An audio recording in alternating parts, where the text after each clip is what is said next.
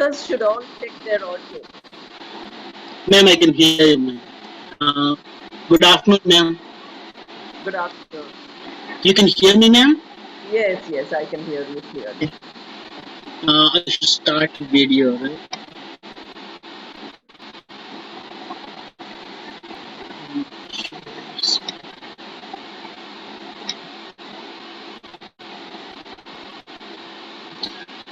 Good afternoon.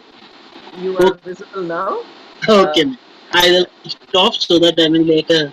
Yes, yes. I'll also keep myself switched off, and Okay. I might miss your session, Krishna, but I'll hear the recorded version because I have some other commitments. Yes. I'll switch this off.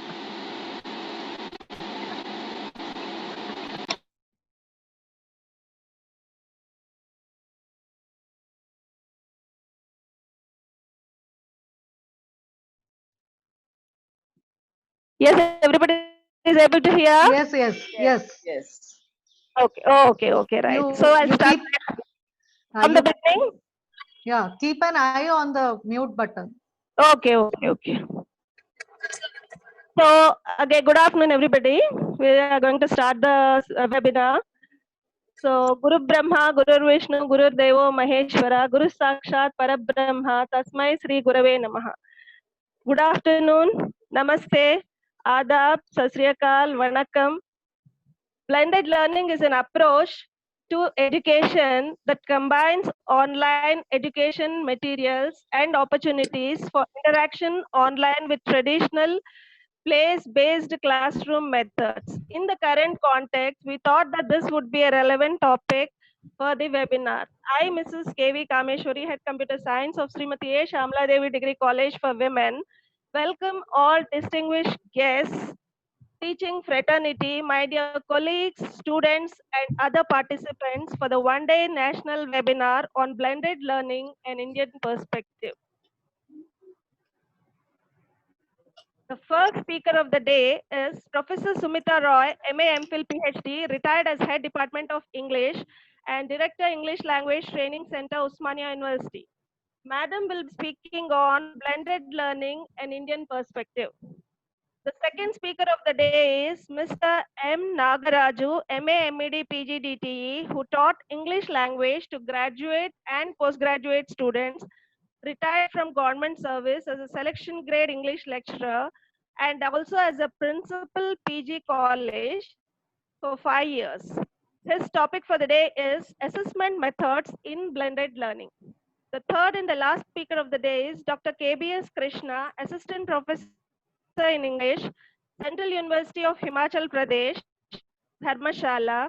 He is a learning facilitator with experience in planning and teaching English language and literature courses to graduate, postgraduate, and doctoral students. He'll be speaking on flipped classroom and blended learning, challenges and opportunities for Indian students.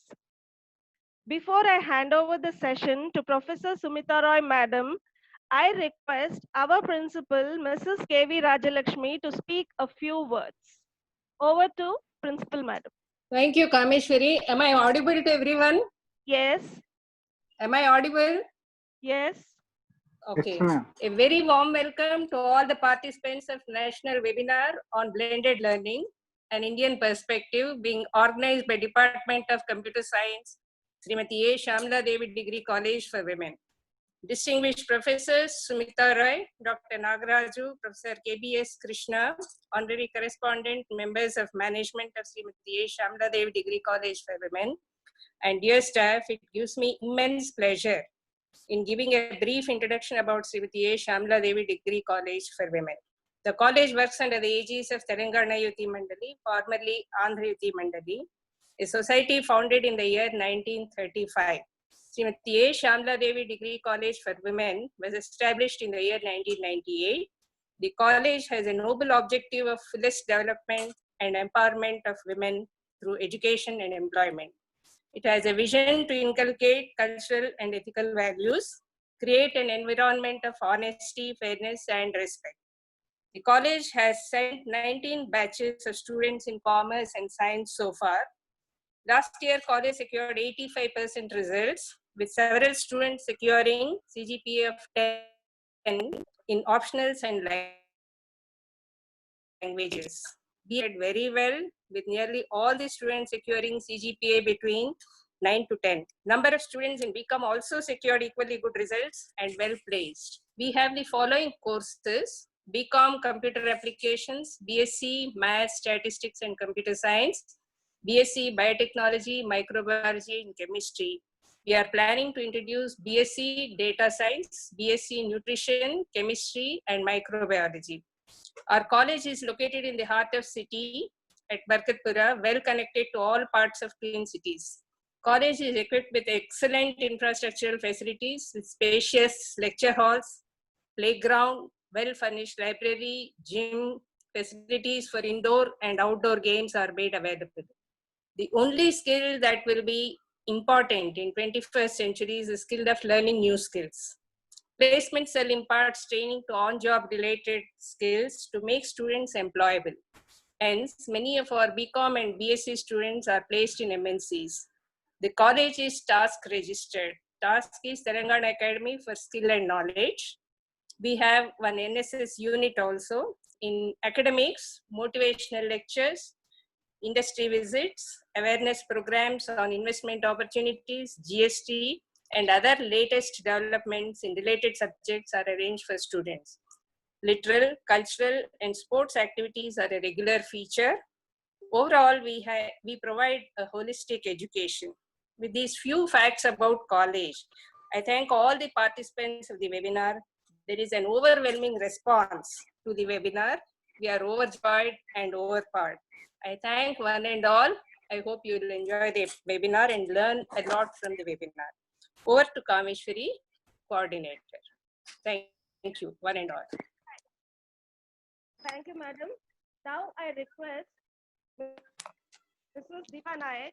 Now I request Mrs. Deepa Nayak, HOD Computer Science, to give a brief introduction about the first speaker of the day, that is Professor Sumita Roy. Over to Deepa Nayak. Good afternoon, everyone. I welcome you all to this webinar. It's my pleasure and privilege to introduce Professor Sumita Roy, retired as Head Department of English and Director English Language Training Center, Usmania University, Hyderabad.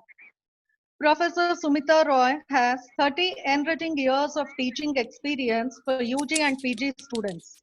She has been pursuing research for 31 years, and under her able supervision of 24 years, she guided 13 PhD and 12 MPhil scholars. Madam was principal investigator for 3 research projects, 2 major and 1 minor sponsored by UGC.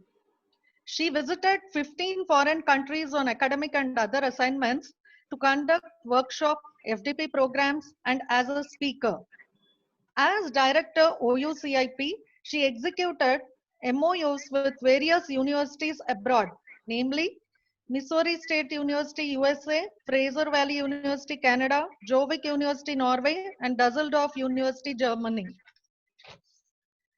Professor Sumita Roy held various positions as Head Department of English. She was member of various committees, chairperson, governing body member of few colleges, academic coordinator, and coordinator public relations.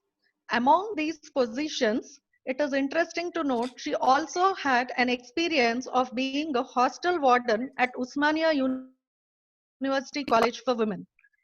In the year 2006, Madam was conferred with Books on Books Award by the Federation of Indian Publishers, New Delhi, for publication entitled Never Say No to Life. To mention few of her noteworthy academic engagements, she was principal investigator for Swayam MOOC course of the MHRD titled Modern British Literature. She has to her credit YouTube videos of lectures at IIT Kanpur and Impact Foundation with viewership of about 50 lakhs. Madam also prepared study material for various universities, video lessons for engineering students, and written grammar books for use in state schools. She has organized 30 workshops and seminars Also published 47 books and 52 articles in national and international journals. She has made 34 presentations at national seminars and workshops and 4 presentations at international seminars. Madam was also PhD examiner for many universities and also visited several institutes as guest faculty. She is a life member of various academic and other bodies such as Indian Society of Commonwealth Studies, New Delhi, Usmania University Center for International Programs, Hyderabad, etc. It is astounding to mention that Madam has delivered 200 lectures as a resource person and more than 600 guest lectures. We are greatly honored to have you amongst us, Madam. I once again humbly welcome you to the webinar and request you to please address the participants. Thank you. Thank you and namaste to everybody. I would like all the participants to switch off their video and audio because it's very distracting when on the screen, instead of seeing real people, I see only your pictures and some alphabet. So I request all of you to do this. I hope the audio from my side. If any of you has a problem, please tell the organizers, then we will set it right. First of all, I would like to thank the organizers, the principal, the HOD of computers, who have thought of such a wonderful topic. I also would like to thank all the participants who have come from different colleges and different parts of the country also. I was very happy to see in the chat box some of your, colleges' names, etc. Now, when we speak about blended learning, if you look online, you will find a lot of experimentation, a lot of hypotheses, and much work which has been going on in this area. But I would not like to give all that to you because that will be extremely derivative. Instead, what I would like to suggest to you is that since it says blended learning and an Indian perspective, here is a time for us to share our own experiences because we are all in the teaching learning field in India and all of us would like to make this excellent so that we make some kind of a real contribution to the field. Why do we call it blended? As an English teacher, I would first think of the word blended because here we have the physical and the digital combined together. The physical is the face-to-face class, which all of us have been experiencing from the day we started teaching, and the digital, which we have more or less experienced very slightly earlier. But the COVID situation, COVID-19, has brought to us a situation, as was mentioned by the organizers, which has made us move towards digital in quick succession. We need to explore this possibility because now the MHRD and UGC are saying 20% digital and 80% classroom in the traditional face-to-face format. Face-to-face format, we have so many experiments. We have done so much research. Now the digital format requires a lot of effort from our side. A time might come, if situation continues like this, where we have a blended learning of 50-50, 50 physical and 50 digital. We do not know. All these, what we are doing, are only speculations today. But as teachers, we need to be prepared for every contingency. And therefore, I thought this is very relevant. Let me now talk about, as I told you, my video is not visible. The video of many people are visible to me. I saw just now in the chat box, somebody saying let my video be visible. I have kept my video on, but none of you can see me. I can't see myself also. Organizers, computer experts might do something. I will continue to speak. I hope you can hear the audio. That's good enough.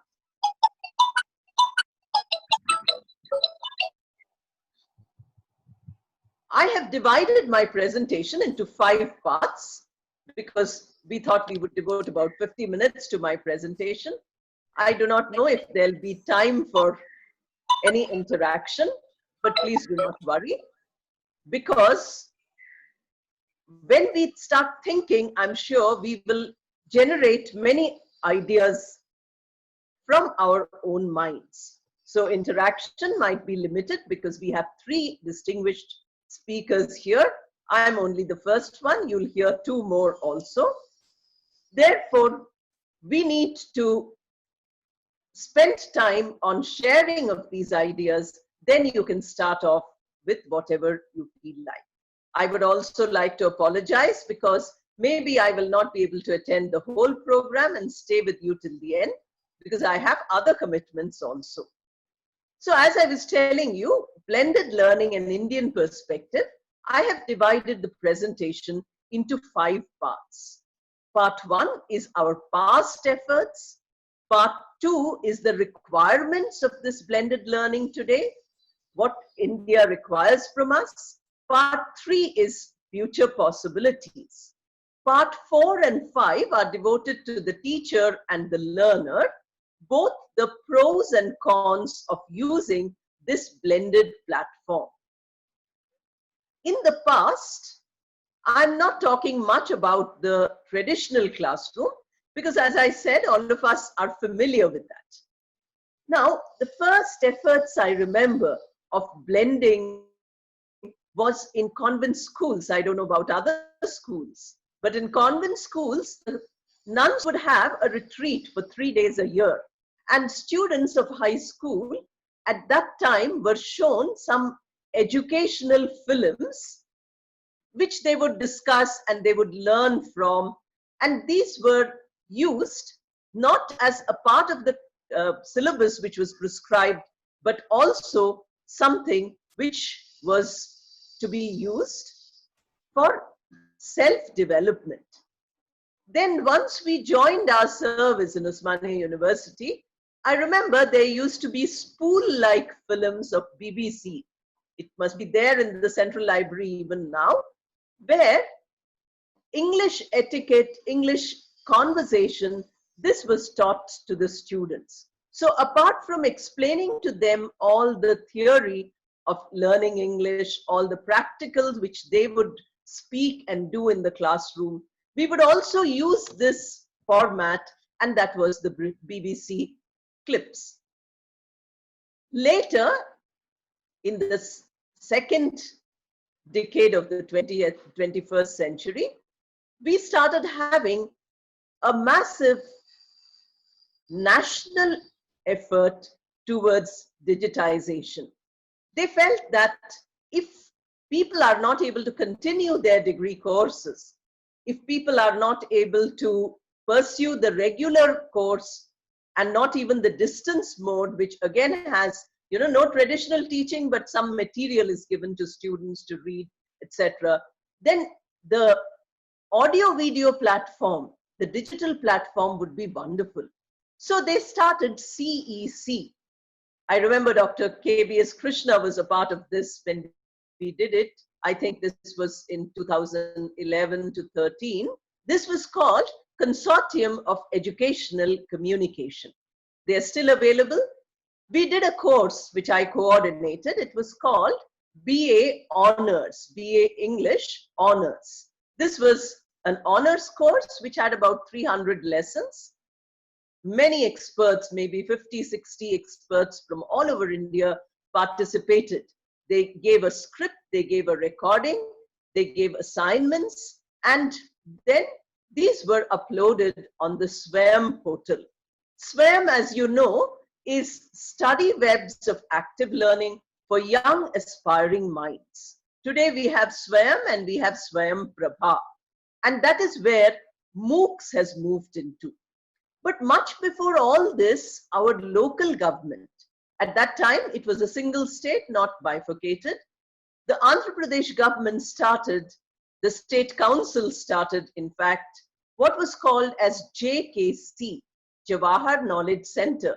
This was for engineering students. I remember it used to be like a classroom, only it was recorded. We used to teach them vocabulary, grammar, pronunciation, etc., all on video. These videos were shared by the students and they could all use these videos and they could learn at their own pace. So these are all the efforts which were being done at that time. Now in the past, many people have learned from YouTube also. I find that, you know, thousands of mails come to me because it seems 8 million people have seen those videos. They want to learn English. So this is the desire for learning, for self-improvement. That is the most important point in blended learning. You know, nobody is forcing you to go to the class degree or, you know, you have to pay a lot of fee. It is not like that. These are the great advantages of blended learning. Then you have sites like Khan Academy. And if you type Khan Academy on Google, you'll find 10 or 20 others who are similar. You can get so much help from those. This also is a past experience. And then, of course, many times the physical textbook is not available in India. It is not available in Hyderabad. So I would tell the students that you can go to archives.org. Archives.org has so much digitized textual material. Get it, and then you have the text in the classroom or text for your reading. Many universities also digitize their PhD thesis. So an unpublished dissertation also can be found on their portals, which you can read for your own research. So you can imagine from KG, that kindergarten, up to research, all learners can make use of the digital platform. Therefore, we need to understand that in the past, a lot of effort has been done. But then COVID brought us into a crisis situation where we had to hurry up the learning. Maybe the blended learning would take many years to come to the forefront. Only research would go on more. But today, from research, we have moved to pragmatics because we are not able to go out and meet people and talk to them as we would in the traditional classroom. This was what the first part was, which I wanted to tell you, and that is the past effort. Now let us move on to the requirements. What does this blended learning require from Indian teachers and learners? That is what we require. We need to learn. The first is digital literacy. Digital literacy is something which all of us require at this point of time. This program is being organized by the computer science department. Their digital literacy is much better than mine. Before the lockdown, I didn't know how to use these mediums like Zoom or, you know, Team Microsoft or WebEx or GoToMeeting. I didn't know how to use them. Then I had to learn. So digital literacy. Like in ordinary literacy, we talk about the 3 R's. We say literate person, reading, writing, arithmetic. Now for digital literacy, we can use 3 R's again. I have used these 3 R's with what I think is important. You can make 3 more R's and you can talk about them. I have said realign, reorganize, and rejuvenate. Realign, you know, you make relationships. The blended learning is a relationship, the traditional and the digital, the physical and the digital, as I told you. So this has to be realigned. How is a traditional teacher going to get used to this online teaching? I would love to see all of you in front of me today, but I'm not able to see any of you. I can see your videos which are on some pictures. I can look at my camera and I'm only speaking to my camera and nothing else. So I don't have the physical presence, and therefore this is a real challenge for us. Then we have reorganize. So what do we have? Find what you require, evaluate what you require, create what you require, communicate what you require. This is reorganized. The entire teaching learning process needs to be rethought when we are talking about the digital platform. So I would like all of us to do this, because this is how the digital platform is going to translate into the Indian situation. Now we have a lot of material of experiments going on all over the world, but I would love to see material from all of you which will help the Indian classroom. That is most important. Then we have, apart from digital literacy, we also require initiative. Now, this is very important. After teaching for a few years, we feel that we don't want to get into anything new. We want to do all those things which we have been doing for 20 years, nothing new. This is not correct. We have to take the initiative implies that we have to go into the new field, and that new field for all of us who don't have much technological knowledge, this is something which requires a lot of initiative. The third requirement is flexibility. Now, are you able to move from the traditional to the digital? You know, you are as comfortable in the physical classroom as you are in the digital. You are as effective as in both. For the student is as comfortable in sitting in front of you as he or she is comfortable listening to you online. This is what we call as flexibility. Then commitment. You know, when we are doing something, are we doing it wholeheartedly? Some teachers complained to me in one of the webinars recently that, you know, we are giving a lecture, but we have no way of finding out whether our students are listening or not. They have logged in, but then they are roaming around the whole house. They are not really listening to what we say. So commitment is something. Commitment for the teacher to make it so interesting that nobody can move out of it. Then ability to make a change. This is a great change. Moving from the physical only to the blended is a great change. We should know change management, which is a very important life skill. And then we have to redefine the learning goals. You know, till now, learning goals were all reaching towards, you know, some career goal, etc. But today, learning goals have gone much wider, much more extensive. If you look at your news feed every day, which comes to us through our algorithms, you will find that sites are coming to you which are telling you that these are the online free courses. Please update yourself in this lockdown period. So you can imagine how learning outcomes are changing, learning graphs are changing. For as teachers, we need to monitor this and we need to make it better and better. Now I move on to the third part. I hope first part was the past, second part was the requirement. I'm now moving on to the third part. In the third part, we have to see future possibilities.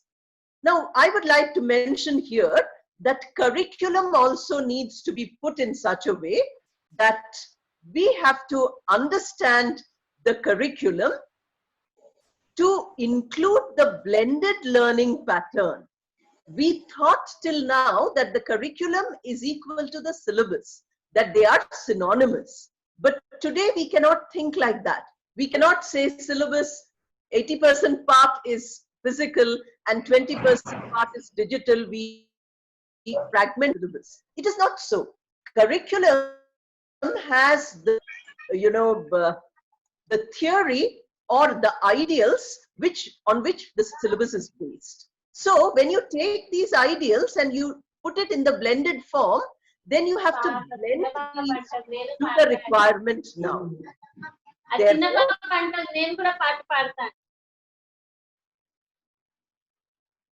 Yeah, some sound is there in the middle.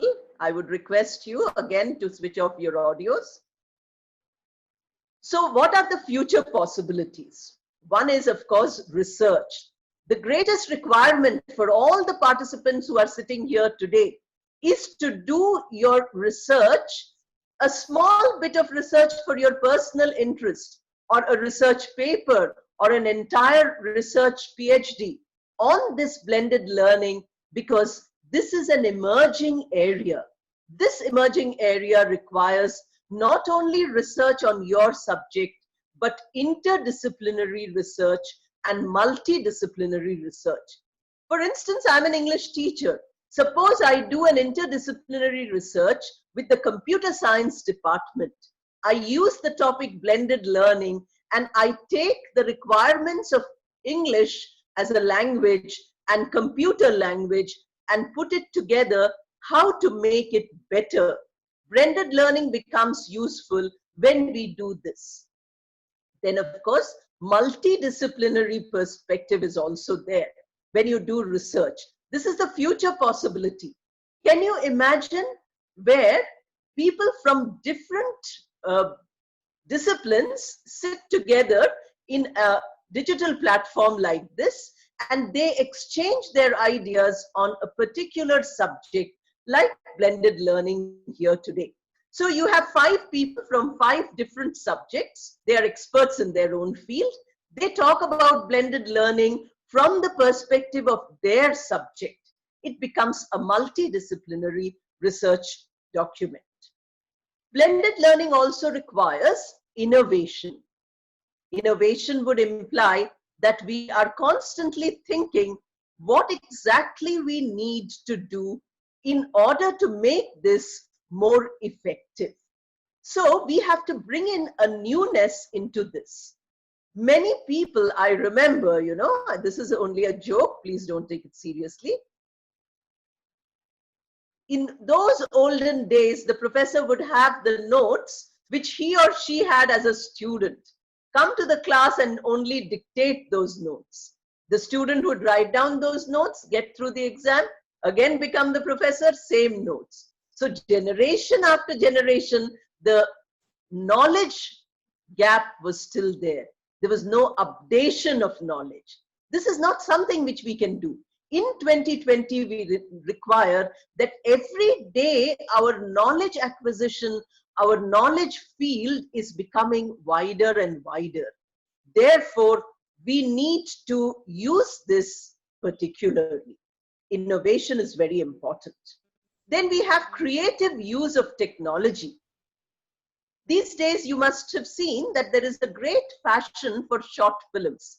Now, our students are extremely capable of using their smartphones for selfies and for all kinds of videos and things like that. Can we not give them assignments? Of course, you're going to hear a lot about assignments. I won't go into that area.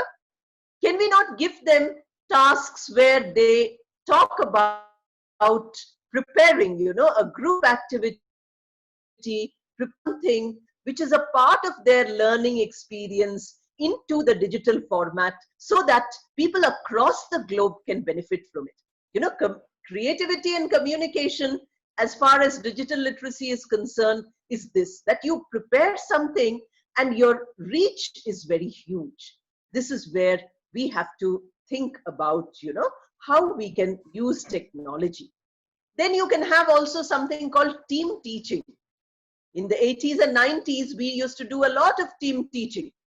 Then 2 or 3 teachers, a single topic. It is like a discussion. Now, team teaching becomes internationally available to Indian scholars when you have the digital platform. Suppose you have an article which you have uploaded on academia, suddenly you'll find a response to it from USA or UK or Germany, etc. So what are you getting? You are getting to discuss your research activity on a larger international scale, which you could not do in the physical era. In the physical era, you would not post your book to everybody. Here is an e-article, or you have uploaded your printed article into the e-format, and you are able to get responses from everybody. So like this, team research, team teaching, these are possible. 2 or 3 people take a single topic.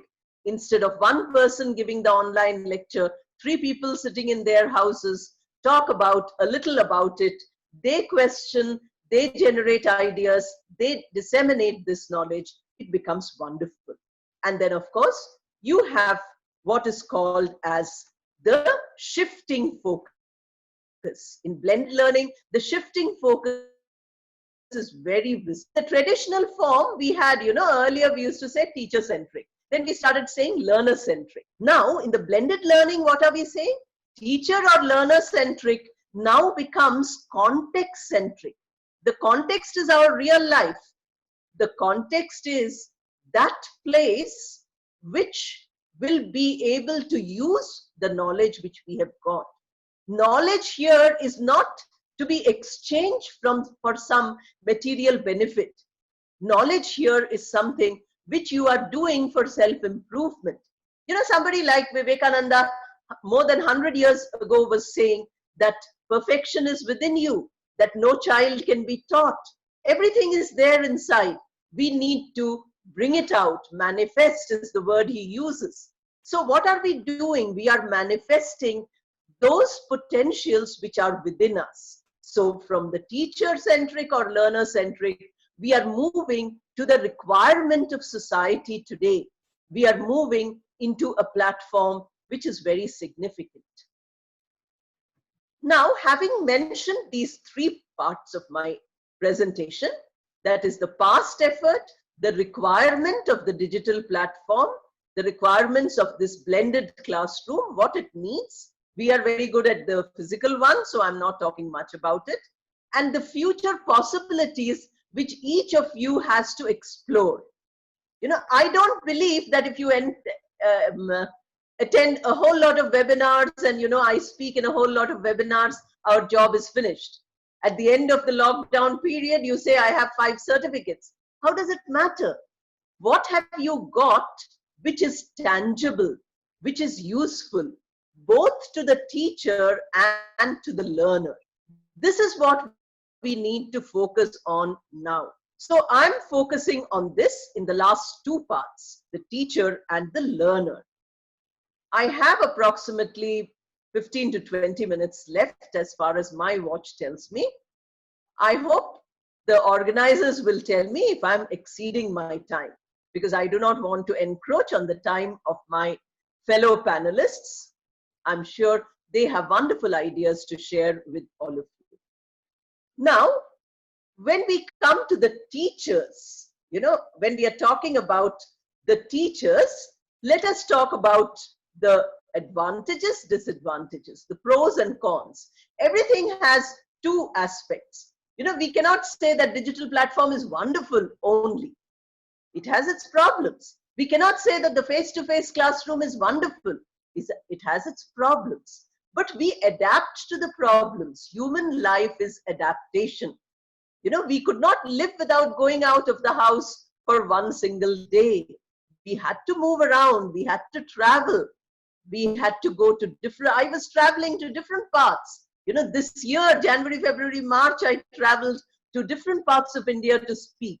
Today, I have not. From 25th March, I have not moved out of my room. So what are we doing? We are adjusting. So that is how we have to talk about now the teachers. Now, what are the advantages for the teachers? Let me talk about them one by one. One I have already mentioned. Let me force this again and again. Underline it, reiterate it. Wider reach. When I teach in Osmania University, I might meet 50 to 100 students per year. Maybe in 30 years, 50 into 100, 50 or 100 multiplied by 30, or maybe 2 years, so multiplied by 60. So like that, we are meeting only a small group. Now, can you imagine how far the reach of this is? I saw one participant who was from, I think, Nagaland, giving his introduction, his or her, I could not catch the name, many times on today's webinar. Imagine going to Nagaland. I have not visited the beautiful Nagaland, but I saw a person from Nagaland today on a digital platform. Many parts of the country are represented today here. We have our Dr. Krishna, who's from Himachal. I have not visited Himachal yet, but we have him with us. So can you imagine the wider reach? We are traveling all over the world without moving from our four walls. It is such a great advantage. Then we have, when NAC comes to accredit your colleges and universities, one question is always asked about outreach. Are you helping people who require your help? They don't belong to the educational sector. They don't come for higher education. But are you going to help them? That is called outreach. Our digital platform, not so much the blended form, but the digital form. The physical, we cannot really go to the rural areas and all, but the digital form is certainly available for outreach. This outreach is what is the responsibility of every teacher who has got educated at the cost of the national resources of India. We are talking about our national resources. And India has resources which are thousands of years old. We should combine these thousands of years old wisdom into the digital platform for blended learning. Can you imagine how powerful this will be when we use it? We have no dearth of research possibilities, but unfortunately, the Indian research scene is very, very dismal. I feel very happy that so many of you are participating in these webinars, but I hope that every participant, if there are 100 participants or 200 participants here, I would like every participant to generate some document on blended learning, which will help thousands of people. Not just sit and feel happy that you have attended a webinar. So that is what outreach. Then academic exchange, now you have made friends with each other. Suppose all of you have your emails, etc. Take it from the organizers or have their WhatsApp numbers. And then you form small groups where you do collective research, where you do collective survey. Take the student's point of view, take the society's point of view. This is called as needs analysis. When we do any syllabus designing, we do needs analysis. So now we are doing the Indian perspective and Indian syllabus for blended learning. Do the needs analysis from your own students, from your own neighbors, from the industry, from people who are highly placed. Then you will have, what does the world require? From my student, what is the requirement of society? That is what academic exchanges will help you. Then peer evaluation, that would be wonderful. Now I'm speaking to all of you are teachers. Suppose you evaluate what I said. Of course, they'll give you a feedback form, which I will never know what is written in it. You find that you want to share something with me, then you can immediately do that.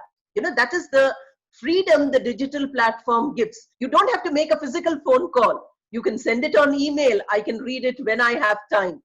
Or you can send it on WhatsApp. I need not read it immediately. Somewhere the message is waiting. When I have time, I look at it. So we have peer evaluation. Remember that the youngest member of today's group can also teach me. I have 40 years of teaching experience and I have retired 3 years back with not a minute in the 3 years when I have rested. So you can imagine, I'm old, but I can still learn from you. You are young, you can still learn from me. We are all learning from each other. And that is where research comes.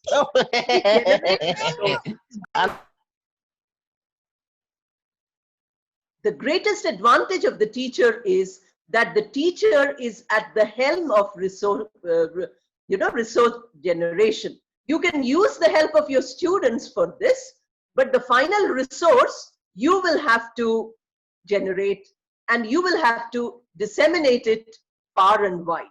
So all of us have this role. All of us have this ability to generate resources, all digitization, etc. You have so many, platforms today like free books, Goodreads, etc., where you have all the old classics, which I read as a child. They are there in the digital format. Somebody has to do the typing, make it digital, put it on the format, and make it available free for everybody. Resource generation is a great advantage to teachers. But then some disadvantages also are there.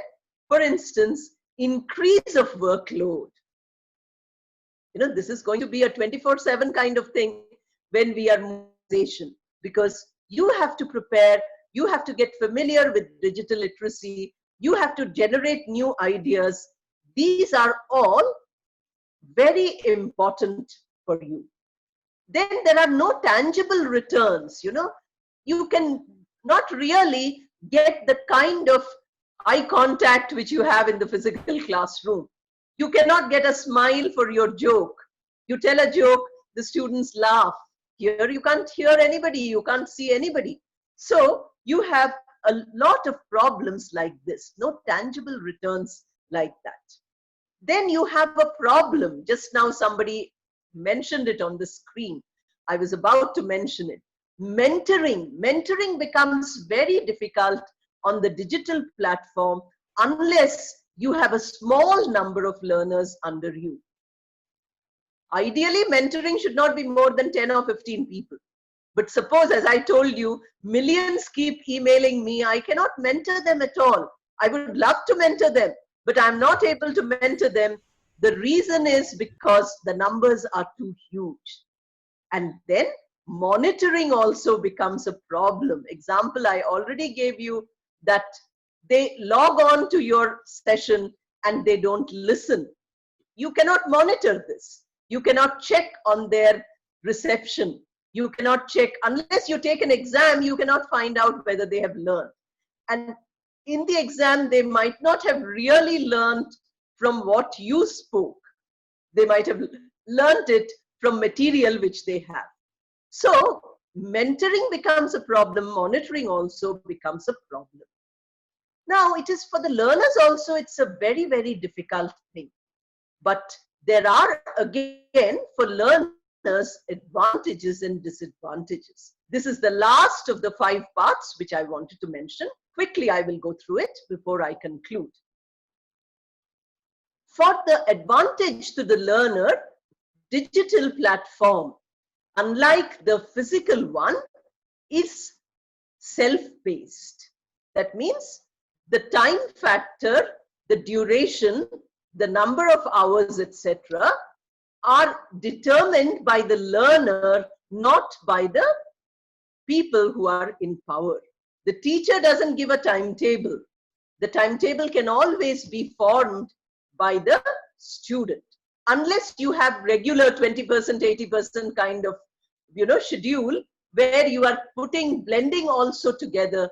The advantage is that if you are using an online course, this gets recorded and the student can hear it later, possibly for revising or possibly for paying more attention when her mind or his mind was diverted when the actual course was taking place.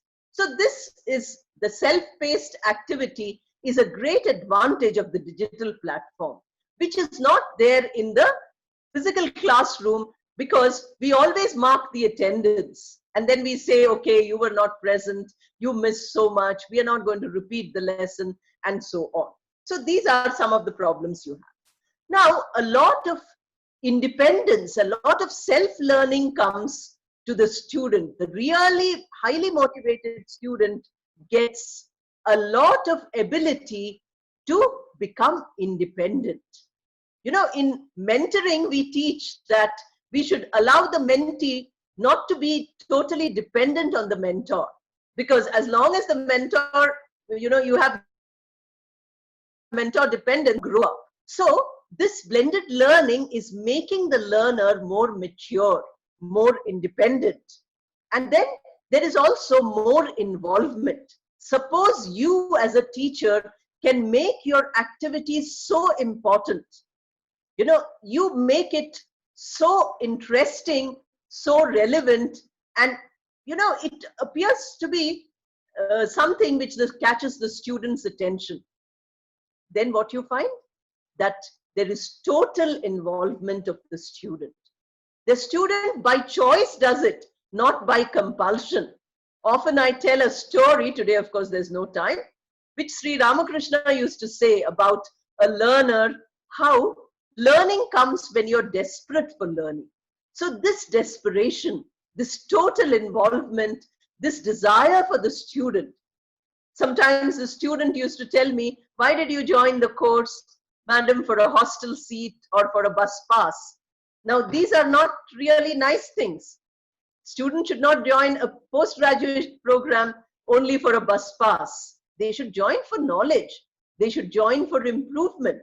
So this kind of a thing, the blended learning will certainly give us. And then critical evaluation. You know, this also the learner learns. The learner is able to learn that evaluation is something for learner engagement. You know, how to involve the students, how to use a lot of research is now going on learner engagement. I'm sure all of you can read it online once this is finished.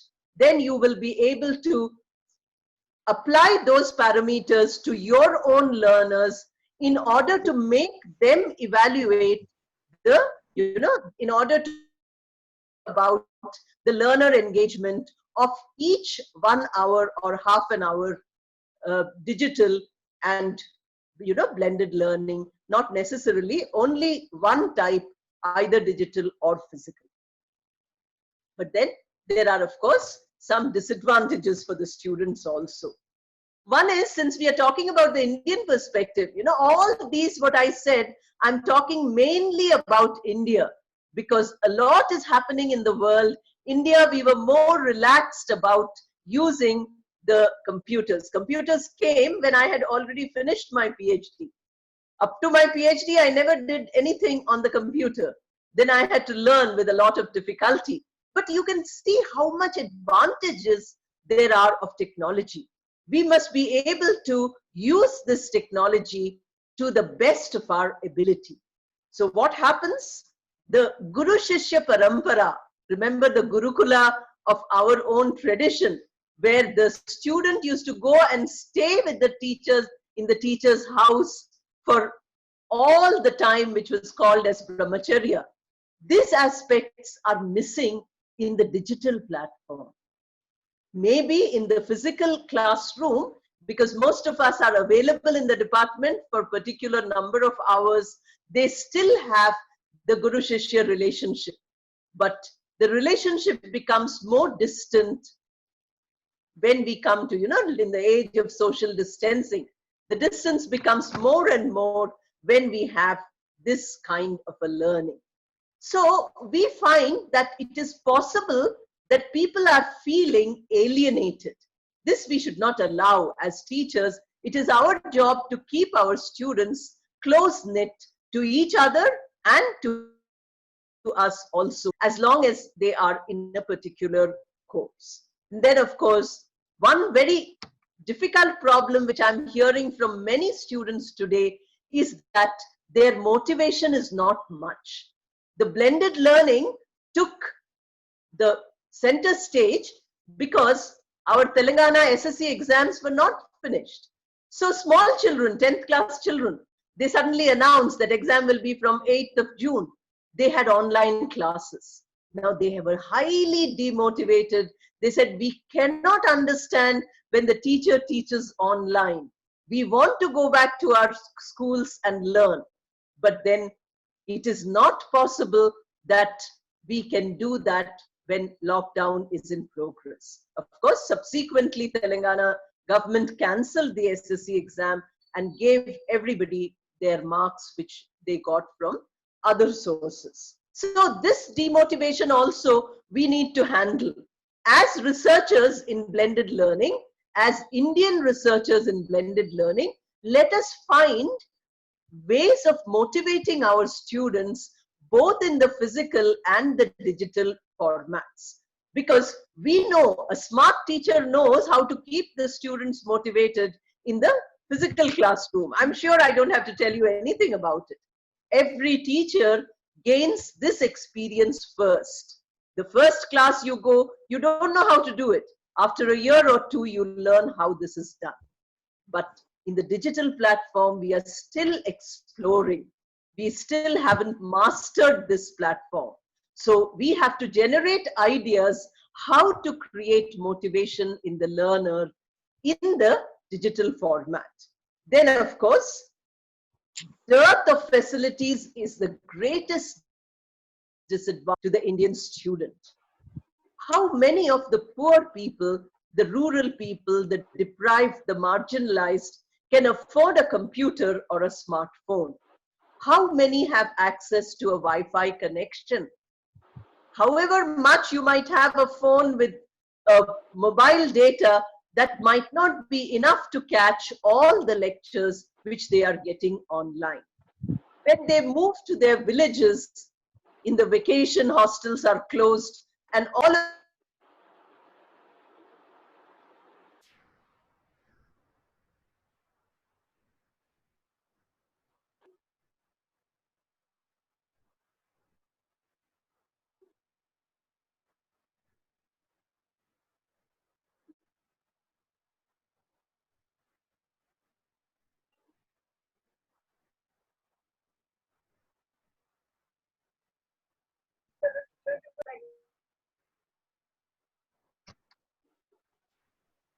Ma'am, you are not audible. Okay, I think last part audio got muted. I don't know from when the audio is muted. I have kept mine on. Maybe organizers, please check that you don't mute the speaker's audio. Okay, is it audible now? Last 2 minutes it was muted. Thank you, Krishna. So last 2 minutes what I said is, as researchers, as teachers, we should try to overcome the disadvantages, use the threats as opportunities in a SWOT analysis, and we should see that demotivation, we should give them more motivating lectures. We have less resources, we should try to see how resource generation can be done. You know, much of platform which the government is using is downloadable. So if instead of giving an online class which is live, we can also give downloadable material. You prepare your lecture, you WhatsApp it to your students who can certainly access it with their mobile data. They don't need a Wi-Fi. Now, suppose they don't have a phone or a mobile data, then what do we do? These are all questions I'm posing to you. I'm not answering those questions because as of today, we don't have answers. But I would like all the researchers in India to think about blended classroom. We would all like to do some further research on this. We would all look at the kind of research, the kind of experimentation. This is field research, you know. Please understand, it is not a library-based research. This kind of a field research you have to do across disciplines, and then you will come across some specifically Indian ideologies which can be used, you know, proven hypotheses from India, which can be used also in India and over the global platform. I must thank the organizers. Namaste to all of you for listening to me. That is the end of my presentation. I shared some ideas with you. Thank you. Thank you, madam, for enlightening us about blended learning. As you said, realign, reorganize, reoriented. This is the need of the hour. This is badly the need of the hour. So I thank you very much, madam. With your permission, can we have a question answer session, madam? Madam, am I audible? If there is time, certainly. Just 1 or 2 questions at least. Okay. Thank you, Okay. madam. I'll be happy even with 100 questions, but we have limitation of time. Please don't encroach on others' time. It is already 33. Yeah, yeah. 33. Just 1 or 2 questions. I think that will do. Yes, over to Afshan. Yes, ma'am, I'm there.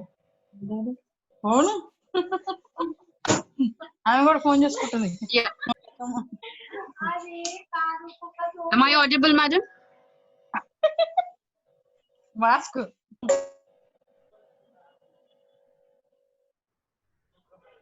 Hello. Hello, ma'am. You are audible, Rafshan. Okay, madam. We have few questions, madam. The first question is, what's the solution for slow learners? Bye.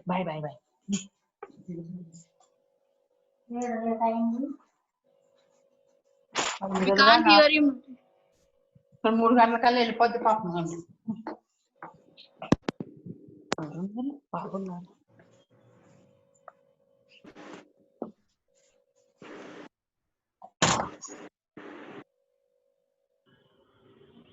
Ameshwari, madam, please unmute Sumita Roy, ma'am.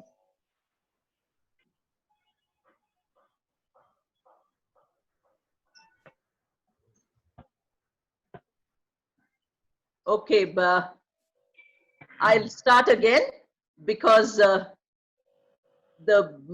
mute button, I think, was on.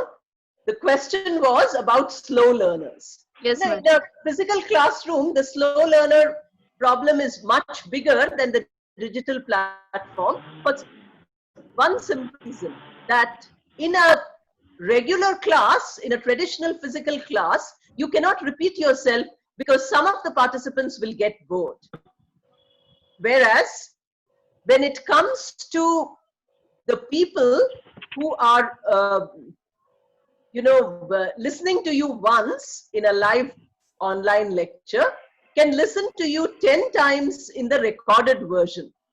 So if a slow learner is mentored by you, somebody says, Madam, I could not understand you, or Sir, I could not understand you, what you would do is you would ask them to listen again and again and frame a few questions and ask you in their own free time at their own pace. I told you this, that, it is self-paced. Self-paced is the point, which is the answer for this. The digital platform is self-paced.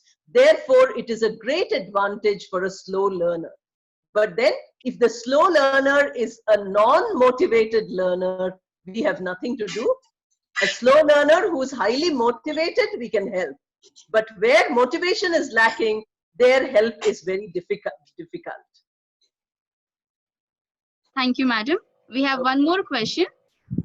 How to motivate students to attend online classes regularly? You have to make your classes interesting enough. What we are doing is we are making our classes very mechanical. Why a student doesn't like to attend, not only digital but physical also. You find some students are sleeping also. The reason is because we are not able to engage their minds. The mind is a moving entity, and unless we are able to engage them, able to hold attention. So if you make your classes interesting, if you don't go by rote learning or by, traditional methods of teaching only, make it, as I told you, more of a learner participation. Make the learners also participate, not just give a lecture like I did. 50 minutes I just spoke. I didn't even bother whether you're listening or you're doing, In a classroom, we can't do that. After speaking for 5 minutes, you can involve them in a discussion. This is the advantage which we have, which we might not have in the traditional classroom because syllabus is huge and also time factor is there. Number of participants in the classroom, number of learners is too huge, and so on. But the digital platform gives us many abilities to experiment. And as you experiment, you will find answers to your questions. What I'm telling you only theoretically. But when you try it out, the 2 questions which were asked to me, when you try it out with your learners, you will find you get a better answer than the answer I gave you. Thank you, madam. That's it, the questions for the day. Okay, now one question I saw on the screen, let me just answer. What is the difference between e-learning and blended learning? Now, e-learning is something, I don't know who asked, I forgot the name, but I just remember the question. Blended learning is a combination. E-learning is only using the e-platform, that is the electronic medium. Whereas blended learning, you're using the electronic, the digital platform, and you're using the physical. You're not giving up the physical completely. Please understand, keep that idea. Just because I love staying at home and, giving a web lecture doesn't mean that I should stop going out and teaching when the chance is given. So we have to be equally comfortable with both platforms. We have to be flexible to move from one to the other. Suppose you have just taught a class and come from a room. You're sitting in your room, somebody comes with the camera and says, now you give a lecture, we will record it and put it online. You have to do it. All these things I'm telling you from real experiences also. So the blended learning has a lot of scope, and I want you not only to listen, I hope I've made myself, repeat it often enough, that I would like each person who's attending to do research in this area and bring out a lot of material which will help the Indian blended learning scenario. Thank you and namaste. One more question, ma'am. Okay. Just a last question. Sure. May I? Madam, it's not a question actually. How if we follow the system just as we do in abroad countries, like in the schools, the pattern is they are given a task, and they are asked to finish in a certain time. So those who are interested, they'll move on with the task within the time. So will this help if we do this in our curriculum, if we follow this in our curriculum? It depends on, what we are talking about is only a, speculative context. It is not, you have to take it to the real context in order to understand this. I'll give you an example, which I'm giving now in all the lectures where I'm talking about digital literacy. I saw preschool learning in Singapore. And there I found that, the preschool child is being taught English. The child doesn't know ABCD. The child doesn't read English. The child is only going to listen and speak English in the preschool time, so that when they go to school in an English medium, they are able to listen and speak and do good English. Then only they will be able to, cope up with the situation. So this child was given a computer and headphones, and lots of stories are shown to the child. For 1 year, the child sees them again and again, and then the child learns by listening. Like we learned our mother tongue. This is called as language acquisition. So in English, which is a second language for Indians, we don't really use the language acquisition pattern yet. We are using the language learning pattern, that is teaching grammar, vocabulary, pronunciation, spelling, punctuation. That is called language learning. But the acquisition pattern is you listen. A child who grows up in a family which has 10 members learns to speak faster, because the 10 members are speaking all the time. The child is listening and speaking. A child who grows up in a family where nobody is speaking the mother tongue does not pick up the mother tongue at all. A child who's born without the ability to hear, that is a defect the child has, never learns to speak. So if you're born deaf, you become without speech. These are all the things which we have to keep in mind when we are talking about this. So at all levels it can be used, whether it is a school level, task, or whatever, and that we have to look at the ability of the child to learn, not put all the children. Another advantage of digital platform, which I did not mention, I can mention now, is that it gives you the ability to identify the qualities of each learner. We have now put them in the physical classroom, we put everybody into the same category. The orange and the apple are all together, but orange is a different fruit, apple is a different fruit. The orange is capable of something, the apple is capable of something else. We don't do that. We give the same exam and we say, oh, this student is brilliant, this other student is useless. But the useless student might make a success of life. The brilliant student might fail in life. These are situations we have to understand. If you look at blended learning research, you will come across a term K-12. That is from kindergarten to 12th class. This is the American term which they are using, this symbol K-12 to indicate the entire schooling pattern. Since this is organized by a degree college, I gave many examples of colleges, but we can certainly talk about schools, we can talk about preschools, we can talk about research. All these aspects of blended learning, we can talk one by one. I hope in all the things which I have said, I have achieved only one aim, and that is to make you all think. My aim is not anything else, not to give you information, knowledge, etc., but to make you think. The moment you start thinking, you will explore. You will explore blended learning on your own. And in that exploration, you will come up with wonderful new ideas, which will be much better than the ideas which I gave you. Thank you again. Namaste. Thank you, madam. Thank you very much for the excellent session. And as the first session comes to an end, we move on to the second session. But before we move on to the next session, let me speak a few words about the next speaker, that is Mr. Nagaraju. Mr. Nagaraju, MA, MED, PGDTE, taught English language and literature to graduate and postgraduate students of various colleges. Till he retired from government service in 2012 as a selection grade lecturer in English. Earlier he served as a principal of a postgraduate college for 5 years. He was a conscientious and popular teacher for over 36 years with the additional responsibilities of student advisor for 12 years, discipline committee for 9 years, and college annual magazine chief editor for 14 years. He organized more than 15 educational tours across the length and breadth of the country.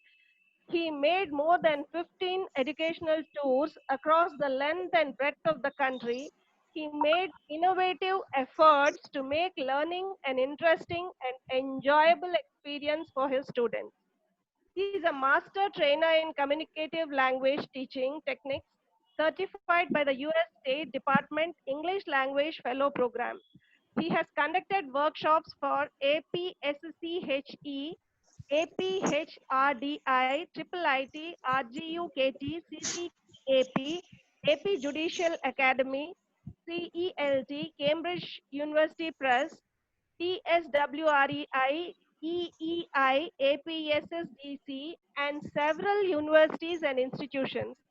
He has organized more than 150 training workshops for English lecturers working in engineering colleges, degree colleges, and polytechnics. He co-authored and edited 4 textbooks for university and polytechnic students and designed other learning materials. Mr. Raju is a popular resource person in communication skills, soft skills, and employability skills. He has been invited to speak on several current academic and general subjects at various educational forums and workshops, including UGC-sponsored orientation and refresher courses and national seminars. He has presented more than 50 TV lessons for degree and intermediate students. His contribution and commitment have earned him many rewards and recognitions. Mr. Raju is a life member of Lions Club International. He pioneered intraocular lens implantation surgical IOLI camp in rural areas, established a world record at a camp at SDI Hospital, Hyderabad, where 324 eye surgeries were performed on a single day. The event was acknowledged by the Guinness Book of World Records. Please give a big round of virtual applause to sir. Thank you very much. He organized over 50 eye surgical camps, 100 blood donation camps, 25 health screening camps, and 100 awareness programs to benefit thousands of people. He has been passionately promoting organ donation and has personally motivated the donation of 5 pairs of eyes. He has donated blood 72 times. He was 4 times chief editor of the Lions District Directory and was founder editor of an in-house journal, Lions Update, that has been published for 25 years now. Mr. Raju is a founder trustee of Dr. K.V. Reddy Memorial Lions Eye Hospital and is a trustee of many other charity establishments. Mr. Raju held many important positions in Lionism, including Cabinet Secretary, District Cabinet Treasurer, and Region Chairperson. He graduated from the renowned Faculty Development Excellence Series of Lions Club International and has organized innumerable training workshops for district and club officers. He won almost every award that a lion can dream of. He has received the much coveted International President's Leadership Award 3 times, the most prestigious International President's Medal 3 times, the sought after Lifetime Achievement Award twice, and the esteemed Lion of the Year awardee 3 times. He received an all-paid invitation to the 92nd Lions International Convention in Minneapolis, USA, in recognition of his contribution to the leadership and growth. He personally donated $5,000 to the cause of combating blindness and has been nominated a Progressive Melvin Jones Fellow. Mr. Raju has traveled in several countries. We are extremely fortunate to have a session from such an eminent person. Thank you, sir. Thank you very much. Over to Nagaraju, sir. Thank you very much. Thanks a lot. Before I begin, I just would like to know, when do I start? What time do you want me to stop? You can start immediately, sir. I'll start immediately, but when do you want me to stop? This is 4:51. 50 minutes, sir. Right. Thank you so much. Thanks a lot. Good evening, everybody. Thank you very much for this wonderful introduction. Thank you for all the good things that you have said about me. Let me quickly move on to the topic, assessment methods in B-learning. The admin can go to the participants chat box, and then the unmuted microphones will be seen at the top. You can manually mute them. Whoever has a microphone unmuted, you can go to the participants box, and in that at the top you will find some microphones that are not muted. You can manually do that to avoid this disturbance. Thank you so much. Okay, coming back to this. So the topic is assessment methods in B-learning, and I call it B-learning. It's one more way of calling what we generally call blended learning. Blended learning is called blended learning, B-learning, capital B-learning, B-learning, many different ways it's written and named. So I have chosen small b and capital L learning, and I'm going to spell it that way throughout. Blended learning is also called hybrid learning. It's a hybridization of one or two or more things together, right? Flexible learning, a lot of flexibility is allowed to the student, to the teacher, to the course designers, and to lots of other things, and that's why it's flexible, and it's technology mediated, right? And it's web enhanced. The classroom is supported by, enhanced by technology. And mixed mode, it's obvious, mixed mode, 2 or more modes are used to deliver education, and that's why it's called mixed mode instruction also. My presentation comes like this. This is the structure. I'll very briefly talk about what's e-learning, what's B-learning, what's assessment. Of course, a lot has already been said during the previous session, and that's why I'll not go into the details of that, but one or two things clear I'll make about that. Then why assessment, what's assessed, and then how is assessment different in B-learning?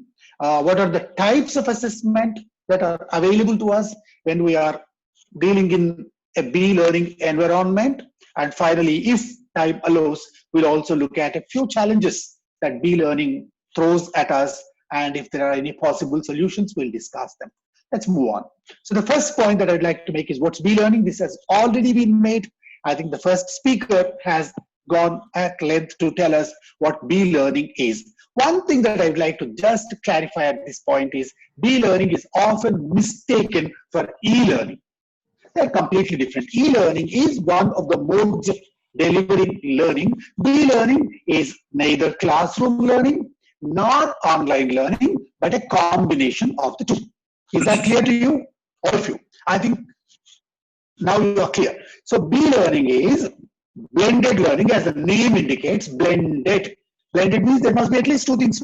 One thing cannot be blended, right? One cannot be blended, 2, 3, 4, any number of things can be blended. Like you go to a fruit juice shop, right? You ask for a blend. So what do? They put 2 or 3 kinds of fruit together and then they blend it the way you want. So you have a choice. So I want a combination of this fruit and this fruit. Similarly, learning also can happen that way. So you can choose. The teacher can choose. The course designer can choose. The policy maker can choose. And even the student can choose what he wants. So when there are multiple modes of learning, and if 2 or more are merged, combined, united, blended, right, hybridized, then it becomes B-learning. There are a few conditions there. One of the conditions is this blending is not just haphazard, but it's very deliberate. It's done with some purpose. Just do things, do not just come together and become blended learning. So there is somebody applying his mind to it, thinking very carefully and asking himself, if I blend it this way, will it be more effective, more productive, more rewarding, more successful? So he'll ask himself these questions before blending them in a certain pattern, not just haphazard, zigzag, or crude way. Okay, so it is an integration of 2 things at least. What are the 2 things that are very prominently, very conspicuously blended? One is the face-to-face classroom mode of teaching, where the teacher directly interacts with the students with eye contact, right? And other advantages of the brick and mortar classroom. And the second thing on the other side is online learning. Online learning is all the digital platforms that we have available today, thanks to technology, right? For instance, the technology that we are using today, right? We are using the Zoom application to deliver this presentation to you. The college has taken a license or has borrowed a license and using this platform to deliver something to you. And these 2 things, if combined, they'll become blended learning. A quick question. Is this presentation that's happening now blended learning? Yes or no? You can type in the chat box. Yes or no? Right now, what the college is doing, oh, many of you are saying yes, but not yet. Sorry, it's not. So this is only one medium that we are using as of now. The medium that I am using is e-learning. E-learning is digital learning, online learning. So I am teaching you something online. So it has not become blended learning yet. This is a presentation on blended learning. But I'm going to try to make it blended learning also in course of time. I'll show you how and what I've done already and what I'm going to do. You will understand that a little later. So blended learning is a hybrid. I think you understood. So 3 things you have understood so far. 1, it's a hybrid, a combination. 2, it's a deliberate. Somebody is doing it for a purpose. And 3, it is for the purpose of making effective education delivery. And also to motivate learning, to support learning, to ensure greater outcomes, better outcomes. Clear? If it's clear, you can give me a thumbs up. You know how to give a thumbs up there at the bottom? If you've understood the definition of that, the meaning of blended learning, you can go to the bottom of the screen. There is a way you can give a thumbs up. Sir, right, very good. You are learning that. That's good. Thank you so much. Let's move on. Right. Why be learning?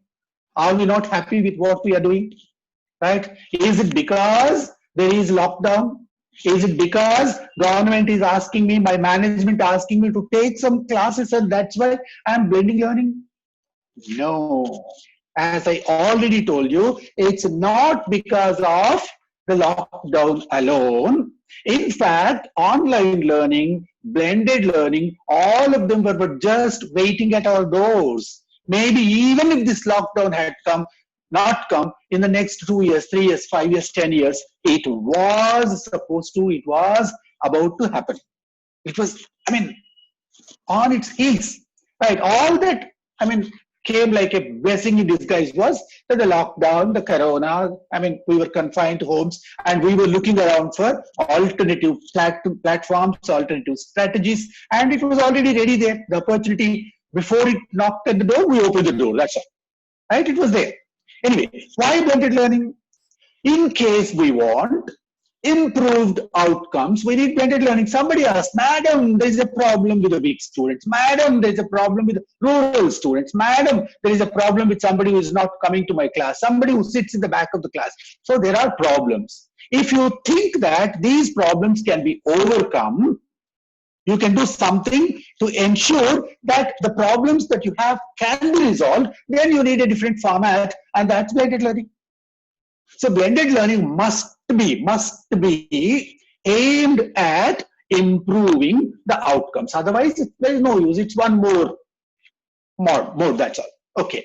Then there are various styles of learning. I don't want to go into all those details, but there are students who learn different ways.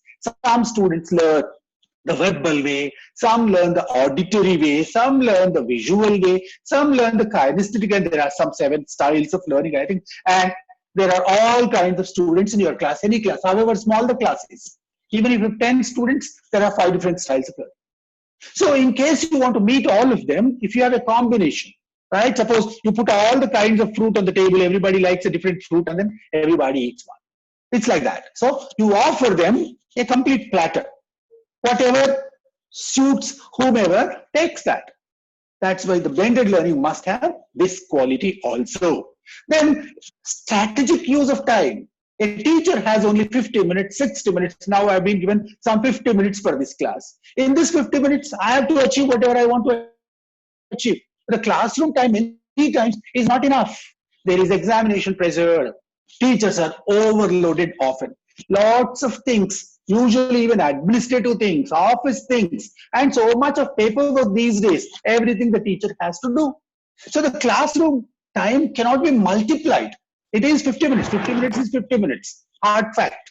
So if there is something that the teacher can do to multiply that time, so time that's not directly available to me, if I can exploit that, is there a way? Blended learning makes that possible. So I can multiply the time that's available to me by doing something, and that is possible when I use blended learning. And finally, there are diverse needs of diverse people, and then students, interests, their pace, their place, their path, and all this needs extra effort. And that's why blended learning shows us a way to resolve some of the problems that we have and makes learning easier and more effective. Okay, I have a quick poll question for you. You cannot poll now, but you can type your answer in the chat box. The question is, what do you think is the future of blended learning? The answers are, will be forgotten soon, will stay beyond the lockdown, will gradually gain strength, soon be the most popular mode. You can type your answer, A, B, C, D, in the chat box. Very good, wonderful, wonderful. Thank you so much. Lots of answers. Many of you are answering D, and I see some C's also. Wonderful. Thank you. You need not write the answer. You can just say A, B, etc. Some people have chosen 2 answers, A and B, B and D. C. You can stop now. Thank you so much. Thank you. I think some 70, 80 of you have already answered. That makes my job easy now. Now, let's come back to this question. Look at this. We are talking about assessment today, not about blended learning. Assessment in blended learning. Look at this question in a little more detail. What's my question? What do you think is the future of blended learning? Now, suppose somebody had said, will be forgotten soon. A, how many marks should I give him? Should I give him a 0 or 1 or a full mark or whatever? Or suppose somebody had said, will stay beyond lockdown. Or whatever answer you give, should I give marks? See, there is a trick here. Actually, I deliberately played this trick. What is this trick? The question is, what do you think is the future? There is no definite answer there. So it's an opinion question. I'm asking you for a poll. I'm asking you for an opinion. So if somebody thinks with all the knowledge that he has, or with all the information that he has at his fingertips, maybe he thinks. Do you think? The question is, do you think? So I think that blended learning is just a passing phase. In the next 2-3 months, it's going to be forgotten. Nobody will remember it again. There'll be something else that's coming. Why should I mark him wrong? Is there anything wrong with that? It's his thinking. Maybe he has 100 reasons to substantiate in case I give him opportunity. Or he might have just taken it, whatever. Okay, somebody says we'll stay beyond lockdown. Why should I punish him? Now, this itself is not what I want to tell you, but I want to tell you, look at the way you frame your questions much more carefully. If you are a paper setter for your students, for your university, wherever, I mean, frame your questions very carefully. If you prepare a key, for instance, the questions that you ask, the key must be very carefully made. The key cannot be ambiguous. Suppose I say, okay, the last question, the last answer is the correct answer because I know for sure, or I taught a textbook. And the textbook said very clearly that blended learning is going to be the best form of learning and the most popular mode. The text said that. It said in the text, I taught the text, and the text has that sentence. Tomorrow, blended learning is going to rule the roost. So because the text said, should I give 1 mark to the last answer and 0 to the others? I cannot, because I did not ask, what does the text say? I said, what do you think? Maybe the author thought something else. So this is where our concept of understanding assessment begins. There is something more important about this question. The question is, suppose one student writes this. One student says, sir, the first 3 answers that you have given are grammatically correct. And the 4th answer that you have given is grammatically wrong. Soon be the most popular mode. Soon be, what is that? Is it an order? Be the most popular mode? Why is it not beginning with the word will like the other sentences? So your answer is grammatically wrong. It should be will soon be the most popular mode. I am an English teacher. I've taught my students English. I taught them some lesson, but I framed a question which is a grammatical error. Should I give him more than 1 mark or at least 1 mark, even if the answer is something else? Here. So these are the kinds of situations that we need to face when we are assessing. Wherever, in the physical classroom, the same rule. In the online classroom, the same rule. And even in the blended learning situations also, the rule is the same. Questions must be framed very effectively. Answers must be chosen very unambiguously. And evaluation must be very thoughtful, careful, and well judged. Okay, so this is, I mean, I don't need to explain it to you. The future is going to be, ruled by blended learning. Blended learning has already become very popular, and it's going to become much more popular, and it's everybody knows this, right? Okay, then when it comes to assessment, the question is what is to be assessed? Again, I'm talking about all platforms. In a classroom, physical, face-to-face, and in blended learning situations, in online situations. What is to be assessed? What is assessment? Right? There are 100 questions that we need to answer in case we need to come to a proper answer to find out what's assessment. Right? So it's not just a simple definition that I can give you. Who should assess? Should the teacher assess? Should the principal assess? Should a third party assess? Should an external agency assess? And if the teacher, the local teacher, the teacher who taught you assesses, what are the positive and negative aspects of that? If somebody, an outsider comes and assesses you, is it good or bad? Who should be assessed? A very important question. Tricky. Who should be assessed? In 99% of the situations, people usually say, sir, it is the student who needs to be assessed. But my point is different. Why should the student be assessed? The student has been taught, he has learned something and he has gone. and I think that his job is over. Maybe you have given him a certificate, that's all. But should the teacher also be assessed? Because it's a teacher. Suppose 70 students out of 100 in your class have failed. Who should be assessed? If 70 students have failed is already the result. But there must be somebody else responsible, not the students themselves. So there must be somebody else. That somebody else could be the teacher. So the teacher should be assessed. Or the teacher is excellent, the students are excellent, everything is fine, but perhaps the course is bad. It's a badly designed course book. So it is neither the teacher, nor the students, nor the classroom, nor the technology that's used, but the textbook, the material, the policy maker, somebody is responsible. So that person also should be assessed. So assessment is not such a small thing we can so easily talk about in 40 minutes, 50 minutes. It needs a whole 2-year diploma, right, to understand. Right. What should be assessed? Is it the teaching quality or the outcome at the end of the course? The resources that are used, the course material itself? Should the textbook be assessed? Why not? It should be assessed, no? Suppose the classroom furniture, should it be assessed? Why not? Suppose there is a school or college somewhere where there is not even a blackboard. I taught in colleges like that, right? For a very long time, I taught in colleges where even blackboards were not there. Students, degree college students, have to sit on the floor, ground, right? So what should be assessed? Right. When to assess?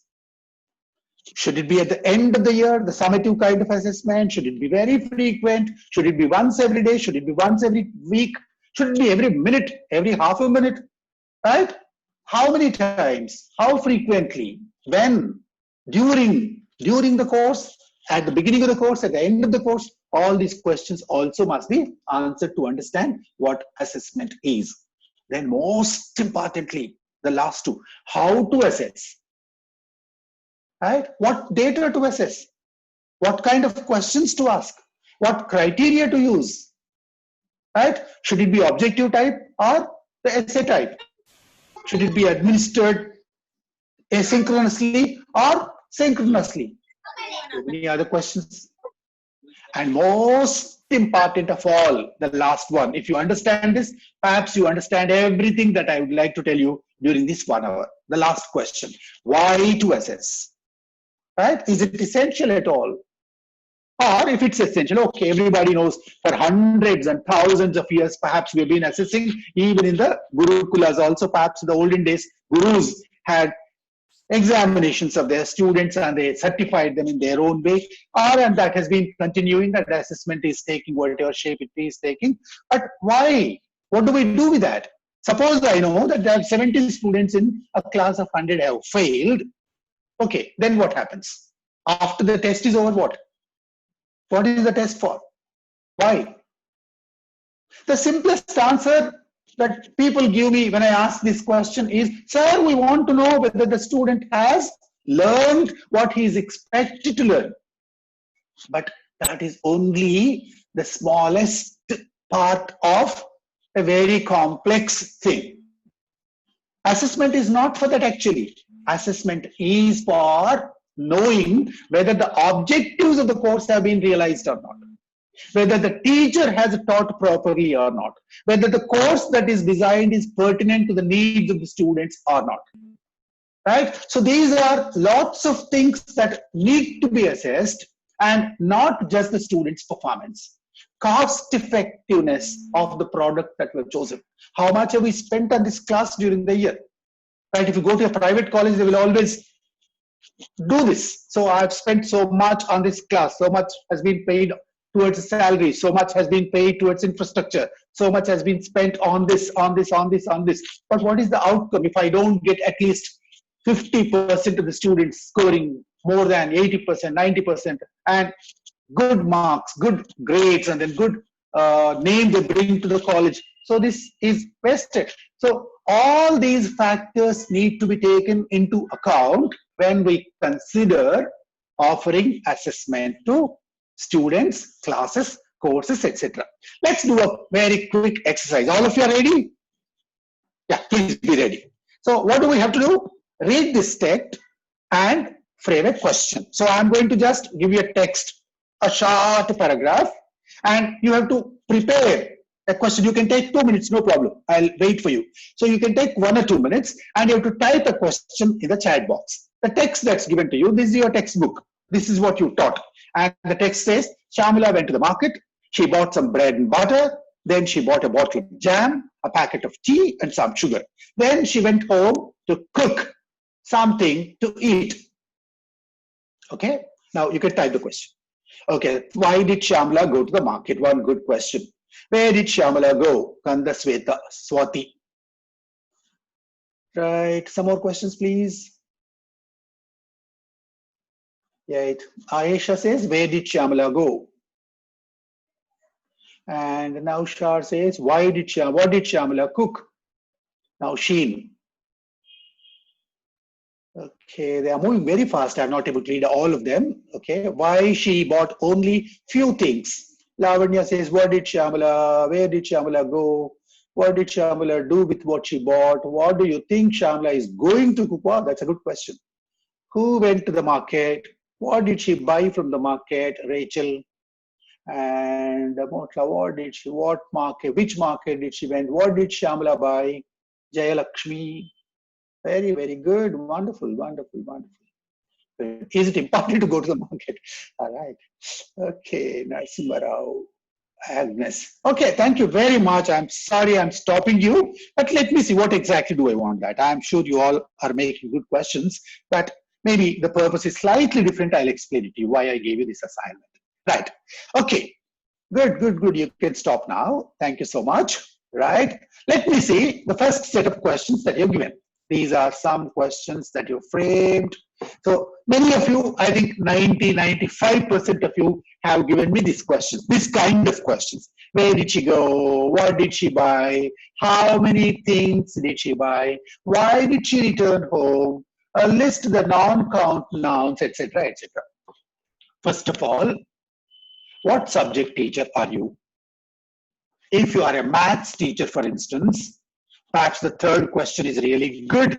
If you are teaching maybe a second class, third class students, how many things did she buy? The second class student starts counting sugar, tea, bread, etc. and writes answer. Excellent question. Okay. But if you are teaching, suppose you are an English teacher and you go to the second class, the same class, and then you give them the question, how many things did she buy? Okay, right? And the student gives the answer. Maybe, suppose, I don't know how I've not counted. Suppose she says 9, N-I-N-E. You give 1 mark, because that's the number of marks allocated to that question. You give full marks to that. What purpose has your assessment served? Does it in any way prove that he has learned the student has learned English? Or I'll give you a little more complex situation. Okay, there are 2 students in your class. One, suppose there are 9 items. I have not counted. Suppose it's 9, and 9 is the correct answer. One student writes N-O-N-E instead of N-I-N-E. The spelling is wrong, but the answer is correct. Some other student goes wrong with the number. He does not count 9. He is bad at counting, and he writes 11, E-L-E-V-E-N, correct spelling. Wrong answer in correct spelling. Right answer in bad spelling. Then whom do you give marks? If you are an English teacher. If you are a maths teacher, that's different. Suppose you are an English teacher and you are teaching them spelling. You are teaching spelling and you are teaching English, right? And you are dealing with maybe second class, third class students. So whom do you award full marks? Very complex, no? Right? It's not easy. Maybe somebody tells you, somebody gives you a key. There is a paper setter at the Usmania University level or any other university level. They tell you, okay, if they write this answer, give so many marks.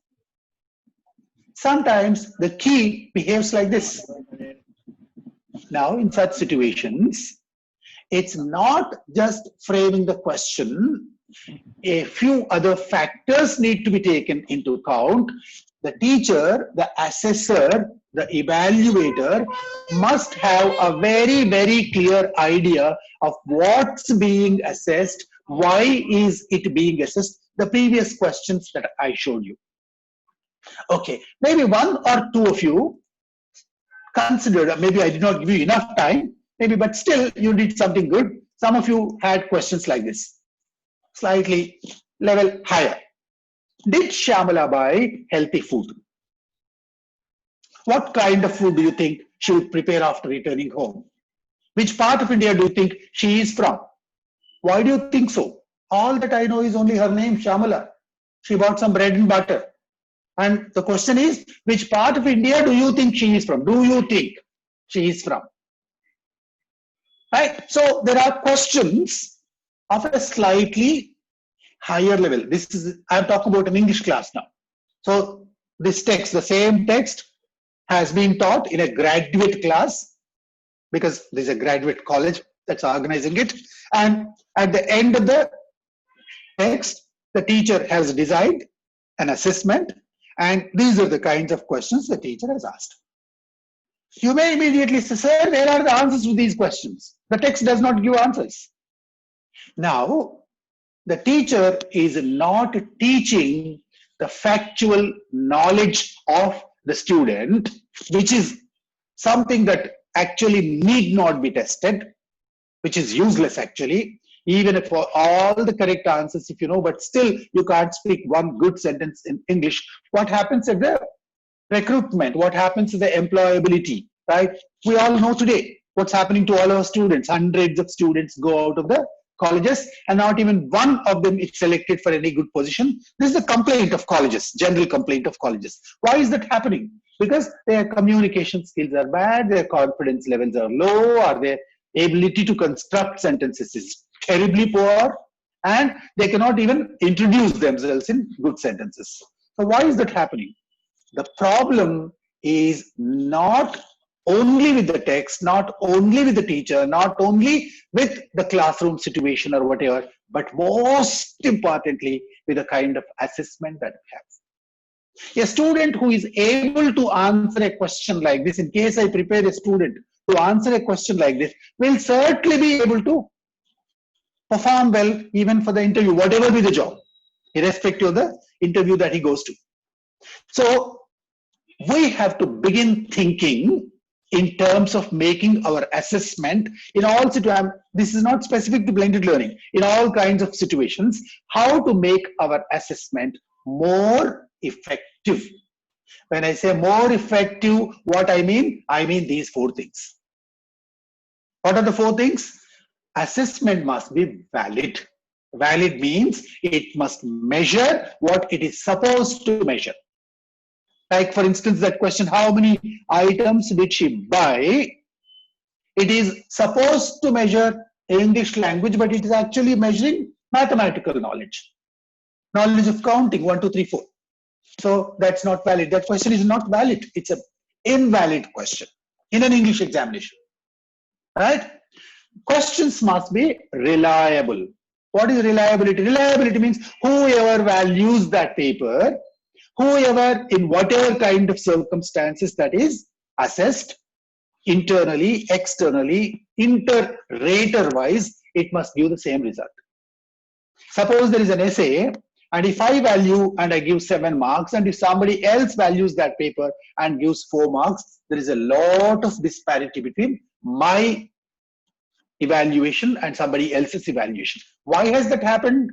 Because there is something wrong with the question, something wrong with the evaluation pattern, something wrong with the key that has been prepared, or there's no key at all, and everything relating to subjectivity of the assessor. So a good assessment must not have any scope for such confusion. It must be an absolutely reliable assessment. So when you frame your question paper for your students, keep this in mind. So if I value my papers, if somebody else values the paper, or if I value the paper tomorrow, or if I hold this test again after 2 days, will my students score something similar?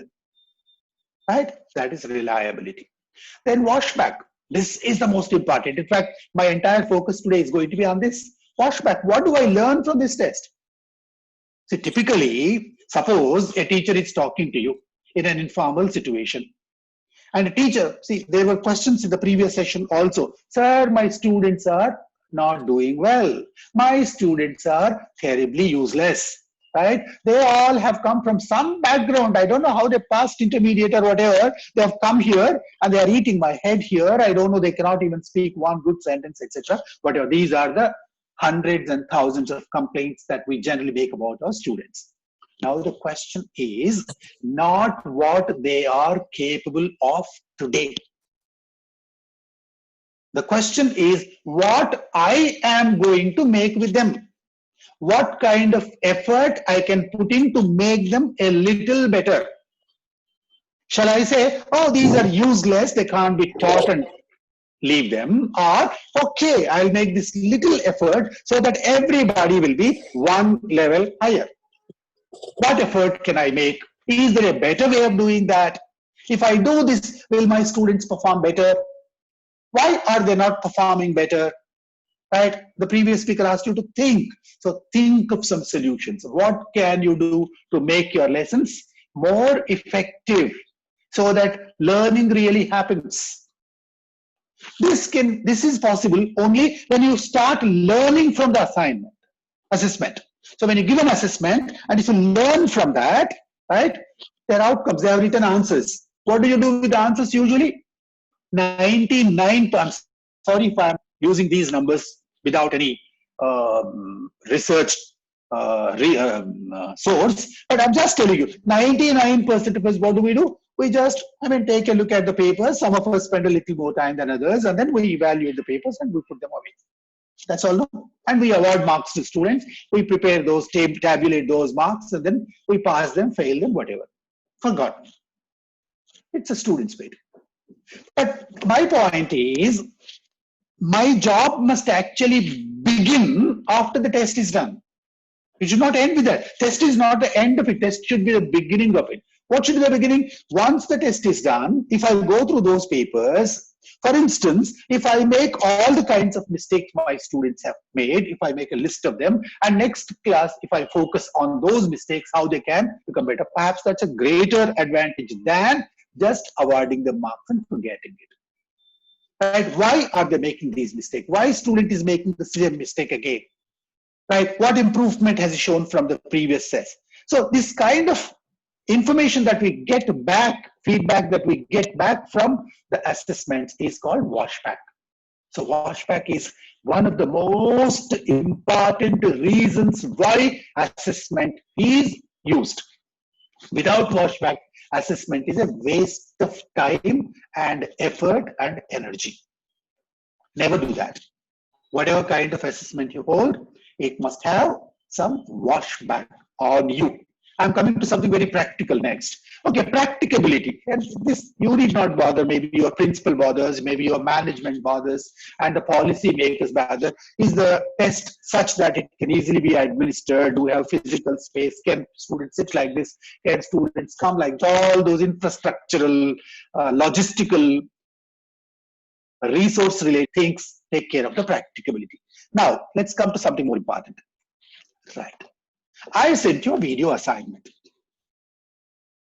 I think when I sent the assignment to you in the first WhatsApp group, there were 256 people. It was full. Not even one slot was left. And by then the college had already started the second WhatsApp group, and there were about 70 or 80 people at that time, roughly. And after that, another 20-30 people joined the second WhatsApp group, and I requested Ms. Kameshwari, I think I asked her to send the same assignment to you individually. Maybe at least some of you might have got, some of you might not have got. That's not the question. That's not the problem. So I sent it to about 300 people. Okay. 300 people, I sent you a video assignment. An assignment is a form of an assessment. Assignment for assessment. Okay. I sent you an assignment. What happened? Exactly what I expected happened. I'm very happy. I'm very happy because out of the 300 people whom the assignment was sent, the video was sent, 2 people. One is Professor Jaya Lakshmi and one is Miss Pallavi Mopada. 2 people answered that. Thank you very much. Not the remaining 298 also. Why am I thanking you? Because we all have together established that we expect something similar from our students. Right? So when an assignment is sent to you, the students have not answered. Now, my question is, it's not a complaint against those who have not answered. I am taking washback from this. See, I told you that a good evaluation must have these qualities: validity, reliability, washback, and practicability. I am talking about this now, washback. Okay, so what washback have I got from you? So the washback is that if I send a video that's 1 hour long, nobody will watch it for various reasons. They may not have time for that. They may not be interested in watching very long videos. The assignment may not be very interesting to them, and there can be 100 other reasons. But the thing is that answers have not been sent. Now, tomorrow, I hold an assessment for my students. If they have not responded well, if they failed the examination, if they gave the wrong answers, now I must begin thinking about that. Why did it go wrong? So I knew that I would not get enough responses to my assignment. It was actually some kind of an experiment that I was doing. What was that experiment? So if a long video is sent to students with one question, which may not be very significantly relevant to them for the time being, perhaps nobody will answer that. There is neither any incentive there, nor there any punishment there. For instance, I could have said, okay, those who do not send the response will not be admitted to the webinar tomorrow. Perhaps a few more responses. Or all those who send the responses will be given a free textbook, some book, some gift. Some more responses would have come. I should have made the video a 2-minute clip instead of the 1 hour long one. Maybe if I had made a 2-minute clip, perhaps some more students would have participated. Like that, lots of the possibilities are there. But this is the beginning of learning for me. So my washback from this assignment. So why did I send that to you? I wanted to assess your skills. What skills I wanted to assess? I wanted to assess assessment skills, right? How can I know them? The quantity of the response, the quality of the response, what kinds of responses you gave was proof of that. And what to do with such findings? This is the most important. The last one in bold. So what to do with such findings? So out of 300 people, only 2 people answered. What do I find from there? So the lesson that I learned from that is I must change my strategy. All 300 students in my class are correct. Only one person has gone wrong. Who is that? The teacher. Right? So the remaining 298 students did not answer. No, they are not wrong. It's the teacher that's wrong. It's the assessment that's wrong. It's the technique that's used that's wrong. It's the strategy that's wrong. Right? When I posted that video to you, maybe I expected 10 responses, not 2, but I thought maybe, oh, I might get some 10 responses. So I wanted to show that to you. So what care will you take to make changes to your strategy so that your assessment is more realistic, more valid, etc. So assessment is done for all these reasons, most importantly, the 4 highlighted ones on the right side. So to get back, washback, to identify the training needs of the teachers. Sorry, I'm putting so much stress on this. Assessment should not be just to evaluate the students and give them ranks and marks and all that. It's not for certifying them. It is to know where am I lagging, what kind of training do I need, what do I know what's validity, do I know how to construct a question, do I know how to evaluate. That is the indirect benefit of my assessment. That should be then. So it also should help designing better courses. And I think there is a mention made in the previous session about customizing our learning plans. So blended learning offers one great advantage in the future to students by offering them a limitless freedom, autonomy, flexibility, and lots of other things. So when that happens, or when that of course already has happened to some extent, but in this scenario, in this context, how can we make assessment more useful from the washback point of view? Okay, so how is it different? So these are a few things that we say, these are a few things that we say are the advantages of blended learning. Suppose somebody suggests that our classrooms must switch over to the blended learning pattern. Not because of that lockdown I told you already. Maybe tomorrow there is technology available and teachers are trained and some other things have happened, and then we know that blended learning is much more effective and productive than the other forms of learning. Only classroom, physical, brick and mortar learning or only online learning is not enough. A blend of the two, a judicious combination of the two works better. Suppose I have decided and then I want to offer blended learning to my students. Why do I do that? Because blended learning offers greater flexibility to the students. What is the flexibility? Maybe the student can take part of it here, part of it here, part of it this way, part of it that way.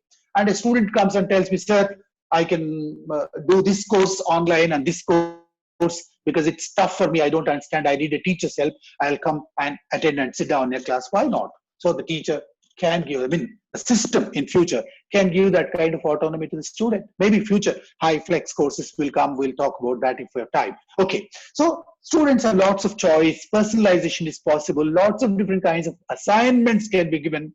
Self-assessment is possible. And most importantly, in blended learning, assessment can examine and evaluate the student's ability to apply the knowledge that is learned. If he has learned something in the class, can he apply it outside? Can be easily tested in blended learning situations. Now, the one point that I'd like to make here is, if these things are the components of blended learning, my point of view is these things must be the components of blended learning assessment also. Let me repeat, because this is one point I would like to emphasize. If blended learning offers flexibility to the student, assessment in blended learning also should offer flexibility to the student. If the student has multiple possible choices before him in a blended learning situation, right? Whether it's the choice of subjects or the choice of courses, the timings, right? For instance, in a regular classroom, the timings are decided by the college. So from 9 o'clock to 4 o'clock are the college hours, and then that's when education is given. Online course is not like that. Online course offers you freedom. You can sit in front of your system whenever you want, and most of it is asynchronous. That's why you can learn at your own pace. So there are two choices available to you. Absolute freedom, absolute rigidity in terms of timings. We are taking one example, timings.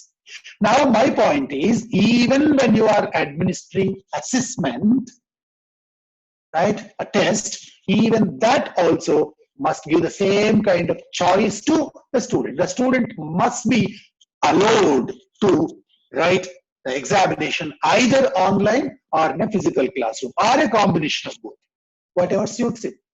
If you have given him freedom in terms of learning, mode of learning, it must give them freedom in terms of assessment also, without going too much into the detail. So let me move on. I think I have about another 15 minutes. So types of assessment. Okay, so what are the various types of assessment? The most, I think I don't need to explain them to you.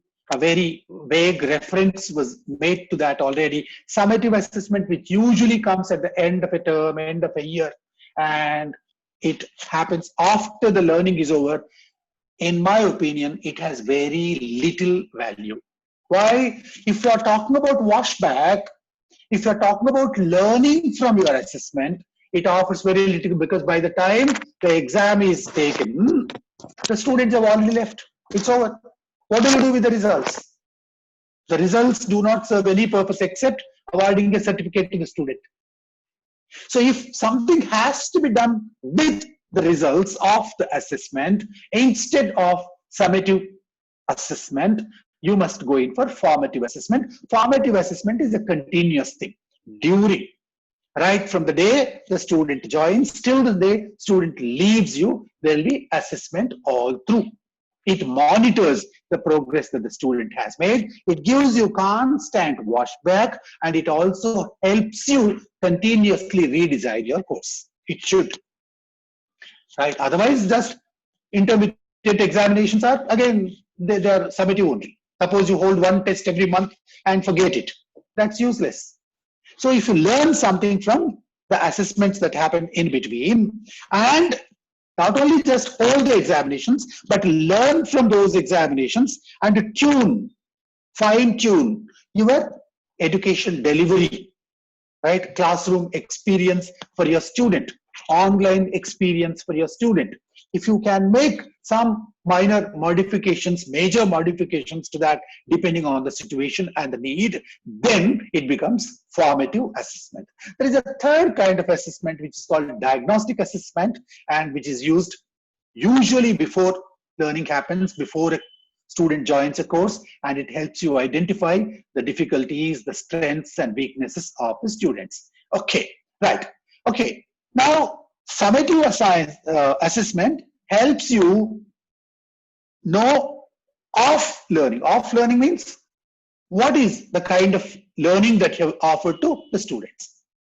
But formative assessment and to some extent diagnostic assessment also gives you ideas about for learning. That means learning, in case you want learning to improve, if you want the process, the pace of your students' learning, the quality of your students' learning experience, if you want that to improve, you need to go in for formative assessment and maybe some kind of sorry, somebody said something. Hello? Right. So then there are lots of different kinds of questions possible in assessment. I will very briefly, in half a minute, I'll tell you that there are, broadly speaking, there are two kinds of questions that you can ask during assessment. One is LOT, one is HOT. LOT stands for low order thinking, very easy to pass. And high order thinking. I wish I could administer a test here to find out how many of you are comfortable using both kinds of tests in your class. We don't have time for that, but anyway, you can do your own research and find them out. Low order thinking, high order thinking. Right? Testing for low order thinking skills, high order thinking skills. Okay, then you can also frame a different set of questions based on this categorization. It's called 5. There are only 4 things, but the anagram is 5, F-I-V. F stands for factual questions. Where did Shyamala go? What did she buy? Factual question. Inferential question. Inferential question is the answer is not directly there, but you ask, why did she buy sugar? Right? The answer is not there, but the student has to infer and tell you. Vocabulary. Market. For instance, market is a word there. So suppose you ask the student, how do you spell market if it's a low class, small class? Right? If you, as you go higher, maybe, for instance, you are teaching graduate students, you can ask them to a question like, okay, what are 5 synonyms for the word market? Or use the word market in a good, valid grammatical sentence, right? What are a few alternative places, other places where you can buy things from? So something like that, you can make it, the level can be, it should suit the level of your students, right? So that is vocabulary questions. Experiential questions. I showed you on the second slide after that exercise. So the second set of questions. Why do you think she did this? What do you think has happened? Right? Where do you think she is from? So that kind of experience. If you were in that situation, what would you buy? If you are accompanying Shyamala, what would you advise her to buy? Something like that. So these are all experience. Your test, whenever you are holding a test in your class, see that there is a combination of all these kinds of questions. Unfortunately, most of our examinations, right, a large majority of our examinations test only factual things. Where did this happen? Why? How did this happen? When did this happen? These are the kinds of questions. But the moment we make them slightly higher order thinking level and then make them experiential, inferential, reflective, right, analytical, synthetic, the ones on the right side, Bloom's taxonomy, perhaps, So evaluative questions, judgment questions. So if you ask them, perhaps it will be better. Your assessment is better. Okay. Now, coming towards the end of it. So there are some tools available to you to blend your learning in. I mean, part of the lesson is happening in the class, part of the lesson is happening e-learning way. So that's blending. So in case, I told you in the first slide that you do it with a purpose. It just does not happen, right? Not because of this corona. So you do it with a purpose. So this lesson can be best taught in the physical classroom, right? This paragraph can be explained online. This concept is easy to help them understand if I use a video, right? This examination can be conducted because it's objective, online, synchronously or asynchronously, whatever. So if you put your mind to it and decide what works best in the situation given to you, then you begin blending your learning. So how much happens in the brick and mortar class, the four walls of the classroom? How much happens when the student is not in front of you, not in the classroom situation? So you can use all these platforms. All these platforms are not blended learning platforms. They are e-learning platforms. They are digital learning platforms. So if you want to make your teaching blended learning, you must use this and also the physical class. Or you must at least use 2 or 3 different modes of this. When you use multiple modes, only then it becomes blended learning. All teaching online also is not blended learning. What's happening today in Telangana, in India, perhaps the world over, is digital learning or e-learning, not blended learning. Blended learning is to begin after the lockdown is lifted. Maybe when classrooms are opened again, there is a great demand from students and parents to open schools in many parts of the world. So when schools and colleges are reopened, when we go back to classes, when we decide or when somebody decides what will happen in the class, what will happen outside, then blended learning begins. I don't think any teacher is doing it now. I tried doing it today with 2 or 3 situations. I gave you an assignment today. I don't have time to discuss that. Today I sent you a handout. So that was some kind of, right? This kind of blended learning, because I sent you the handout, right? Flipped. I sent you the text first. I asked you to read that again. I think I received 2 responses, one from Vindhya Pushpa, one from Raghavendra. Raghavendra, I think his response related to the links that I sent, and Vindhya Pushpa talked about the other. Anyway, so these 2 people responded to the 2 assignments that I sent today. So in case you had responded to that, it would have made my job easier to establish and demonstrate what blended learning is. So otherwise, what is happening today is only online learning. Quickly, I think I have about 5 minutes, maybe we can do this. I requested in my assignment all of you to go to these 2 websites. In case you all can go to this first website, myquiz.org. Please open that.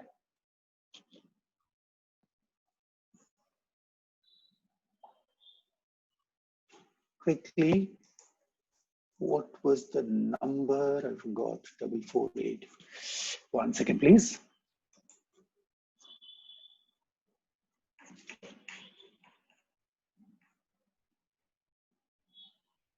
Double 48492. I'm sorry. Yeah, 4489492. Right? In case you have this screen in front of you, all of you please type.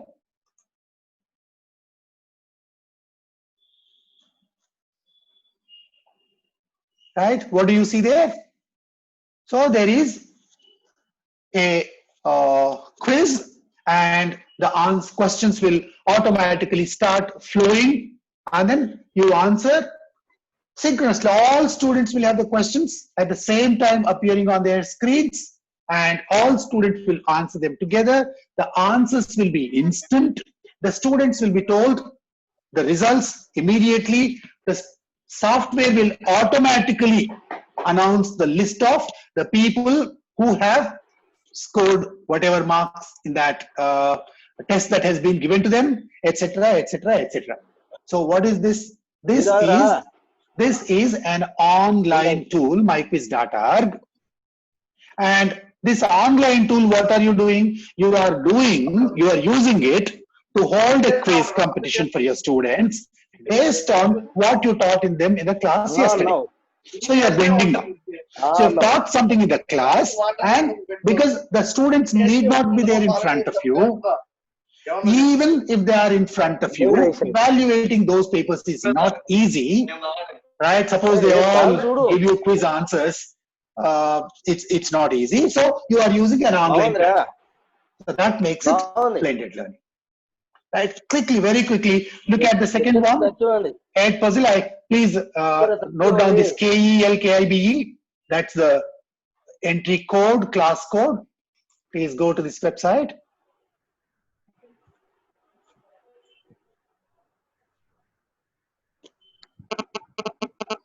Okay, type here KELKIBE. Right. If you find class. Okay, the class is not opened. Maybe I'll go. I need to log in. I think I'm sorry, I don't have time for that. But I've introduced you to some 2 ideas. Maybe you can try them. That's why I told you that in case you try them at home and come to the class, that would have made my job easier. Anyway, what you can do today is maybe you can go to this edpuzzle.com, which is again an online learning platform, which helps you beautifully build evaluation assessment around a video that either you create or you borrow from somewhere. Suppose you find a good video on YouTube, you can download that and you can build an assessment based on that. Actually, maybe you can try this after going home. I'll open it for you. Maybe after this class is over, perhaps you can try that. And I have created a 2-minute, the same video that I sent you yesterday, that 1-hour video. I cut a short part of it, a 2-minute part of it. And on that 2-minute video, I built some questions. 1 audio question, 1 text question, 1 multi-choice question, 1 note on that I built into that, and then I have offered it to you, and that's available to you on edpuzzle.com now. So please try this after going home. I'm sure there are hundreds of other resources. There is a small list of this. Sorry. So use any one of them, and I'm sure your classes will become much more livelier, much more interesting, and your B-learning will start now. And I'm sure everything that you do will be more productive, more result-oriented, and the students' learning experiences will be much more satisfying, and the realization of the objectives of the course can easily be done. Thank you very much. And then in case, maybe before I close, I'd like to just give you 1 small assignment and go. At least this assignment, please do it. I want an assurance from every one of you that you will not sleep today without answering this assignment. This is a very easy assignment. What is this assignment? Every one of you, after this session is over, after you go home, after you're fresh, maybe before you have your dinner, after you have dinner, whenever, but before you sleep, you must create a 2-minute video lesson, 1-minute video lesson. How do you do that?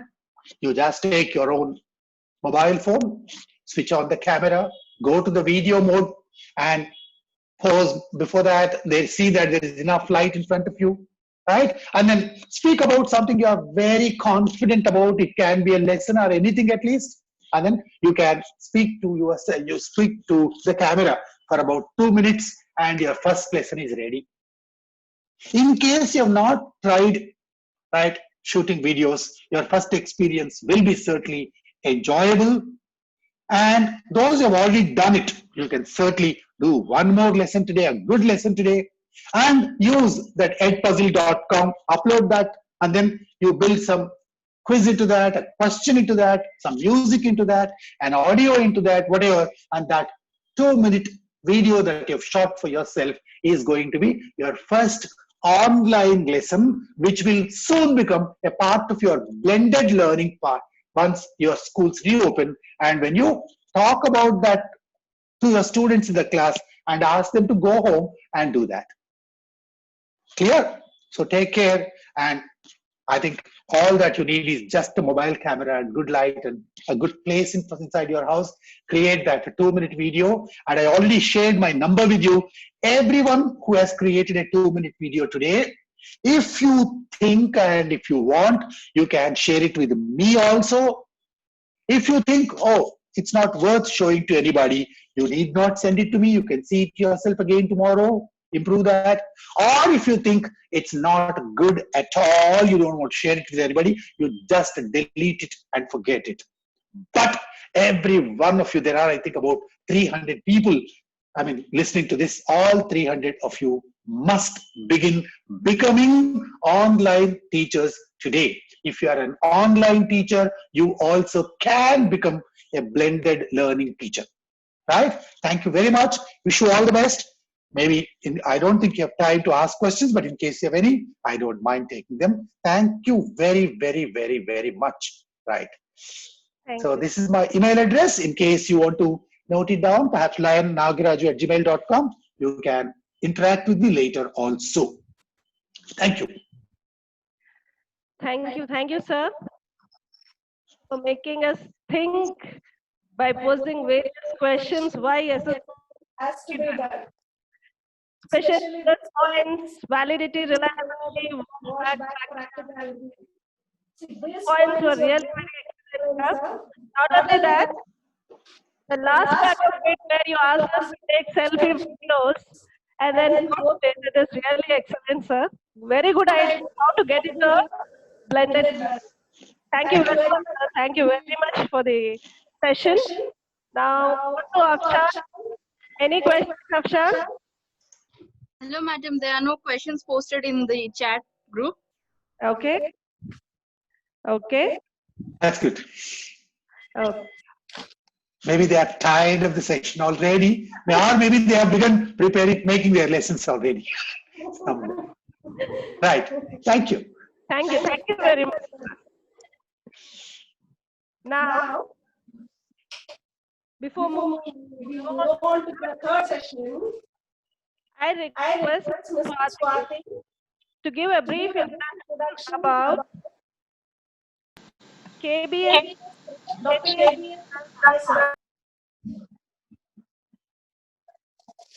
So you are there, KBS Krishna, Dr. KBS Krishna.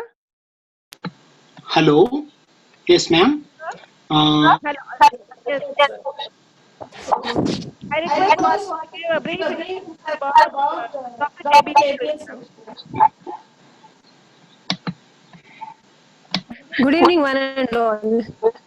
Myself, Swati from Department of Computer Science, Srimati A. Shamla Devi Degree College for Women, take immense pleasure to introduce Dr. KBS Krishna, Assistant Professor in English, Central University of Himachal Pradesh, Dharamshala. Dr. KBS Krishna is currently working as an Assistant Professor in the Department of English at Central University of Himachal Pradesh, Dharamshala. Dr. KBS Krishna is a learning facilitator with experience in planning and teaching English language and literature courses to graduate and doctoral students. Now I request Dr. KBS Krishna to take over the session. Over to Dr. KBS Krishna. Good evening, ma'am. There is a problem, I think.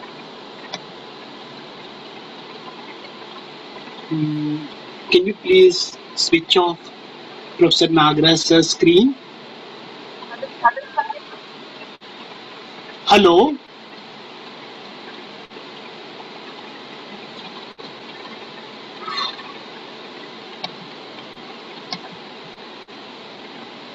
I think you need to transfer the screen share rights to the new speaker. I cannot close that. You need to share your screen. The middle green button. Yes. Yeah.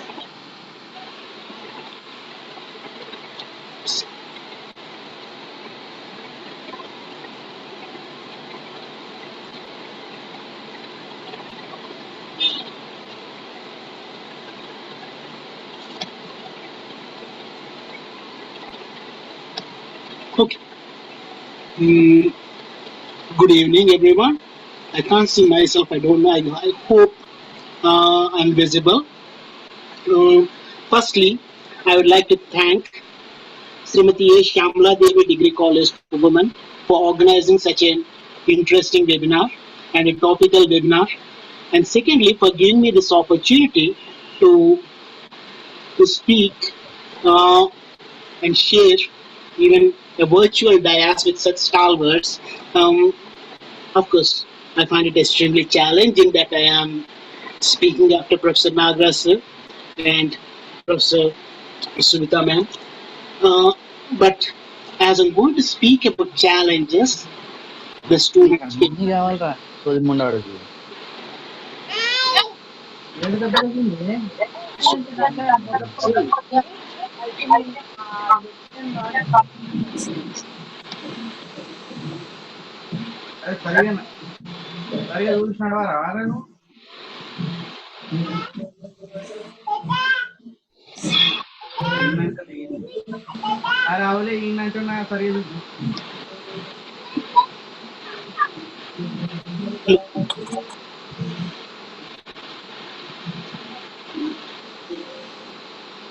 are too many issues I don't see.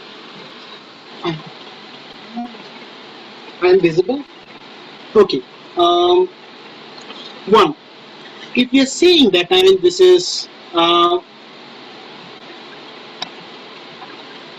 something that we'll be speaking about. One of the first want to do is take off from where Professor Nagaraj sir has been speaking. Professor Nagaraj speaking about how blended learning does not necessarily mean just a combination of e-learning as well as classroom learning, but can be a blend of various things, which is wonderful, because when we say that, we automatically realize blended learning is not blended learning is not something that is not something that is completely alien to us. From the 1960s onwards, in the West, they have been speaking about blended learning. However, when we come to India, we have started using the terms much later, after the 1990s, and it's only recently that we have asked for a practice of this particular technique in our classrooms. That is something that we are trying to do. However, we have to remember, we have to recollect that blended learning, while it might be against traditional classrooms, while it might be against what our notions of traditional classrooms are, it is still something that is pretty common in our ancient Indian education system. We simply have to remember, for instance, Shantiniketan 1, where the learning was also something that was learner-centered, content-centered, and we are speaking about flipped classroom of a sense. But Shantiniketan is also not something that was doing something completely new in the Indian context. Remember, when we talk of stories and we're talking about old Indian epics and folklore, and so I will be using quite a bit of examples from our Indian epics as well as folklore for the simple reason, thanks to the lockdown, Doordarshan was airing Mahabharata and Ramayana, so things that had refreshed by most of our memories regarding what was happening. Now, if we're talking about our own folklore, our own old tales, if you Tantra. The Panchtantra actually speaks about a similar kind of learning tools that have been used. Again and again, I have been hearing a question. I'm seeing this question in the chat box right here when ma'am was speaking as well as when sir was speaking as to what are we supposed to do as our students are disinterested. if our students are not motivated, if our students are not willing to learn? These are the various questions, and of course this become a part of our biggest challenge as educators. Now, when we face these questions, when we ask these questions, one of the things that we keep forgetting, Nagaraj rightly pointed out, that probably the fault to a certain extent lies with us.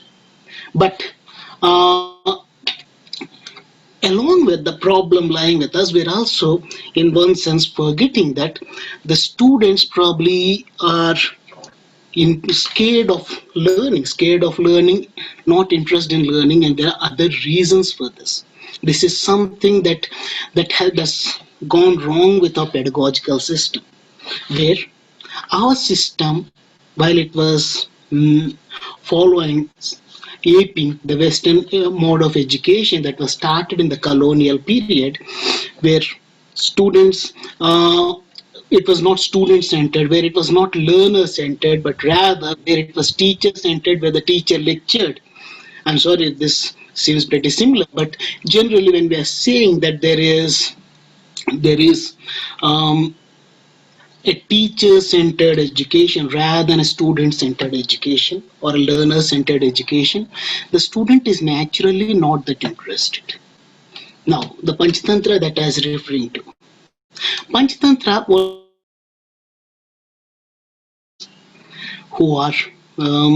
who start. The king is worried that these princes are not really learning anything. And then when he's sent to the teacher figures out that while they are not interested in the formal lessons that are being delivered, these are students who are still curious. They are still willing to actually listen to stories. They're still willing to actually learn, but the process of learning, the process of teaching has to change. And the Panchatantra is about how through fables the children are taught various lessons. Morals, fables, strategies, everything as to all the things that the princes need in their daily lives. They have been taught after that they're going to become kings, what they're supposed to do. Now, while they have been taught all this, remember, this is not a kind of learning that had happened in what we generally speak of as traditional classrooms. Rather, this is an example of flipped classroom, where there is actually a blending, of course not of e-content, but a blending of a story, blending of things that enter, blending of activities along with lessons. Now, the point is, even in our epics, we have spoken about a learner-centered classroom. Now, where do we get this? In Mahabharata, for instance, we have in the story where Drona actually goes and teaches the Pandavas and the Kauravas various skills. One of the things that he does is he tests their aptitude even more than their knowledge. Now, what do you mean by aptitude? What is the student willing to learn? What is the student interested in learning? And then train them. Remember what Drona actually asked them. Drona asked them, when he points to a bird on the tree and asks them what they can see after telling them to shoot the bird's eye. Now, the only person who was able to visualize or view the bird's eye is the person that Drona teaches archery to, implying by that this person, that is Arjun here, is someone who is suited to learn archery. So that we speak about learning or teaching different skill sets to different children, different students, and teaching these different skill sets or different things to different students is something that is not really alien to us. Now, what's the problem that we have now? The problem is when we look at our current education system, which we keep calling as traditional educational system, which is not, frankly speaking, our traditional educational system, but rather something that for the last 200 years we have been following, rather we might call it stupidly at one level, but I won't do that. We'll just say following without thinking too much about the problems with that education system. It's like one size fits all. With the same kind of classes, the same kind of curriculum, the same subjects at school level, right from school level, and we are speaking right from school level, though most of the persons who are listening are, of course, degree teachers and degree students, but still, if we are looking at broader picture, children who had grown up and then become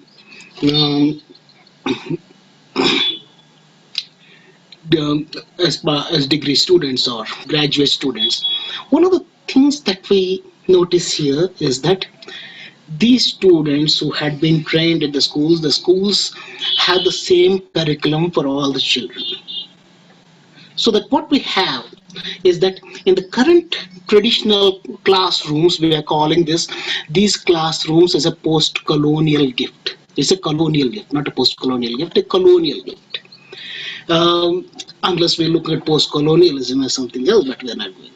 There's colonial gift. Now, if we're seeing this as a colonial gift, the question then we need to ask ourselves is, why are we, first and foremost, why did the colonizers, why did the British want us to learn in a certain manner? And it's not just India. If you look at other Asian nations and other colonized nations, you will see a similar kind of scenario. And the scenario comes from this fact that, the point is they were not really interested in getting students to think. Naturally, when you think of it naturally, they did not want the students to think. They wanted the students to just memorize, remember things, so that they can produce really good clerks who can basically memorize and do work for them without ever thinking or questioning what they were doing.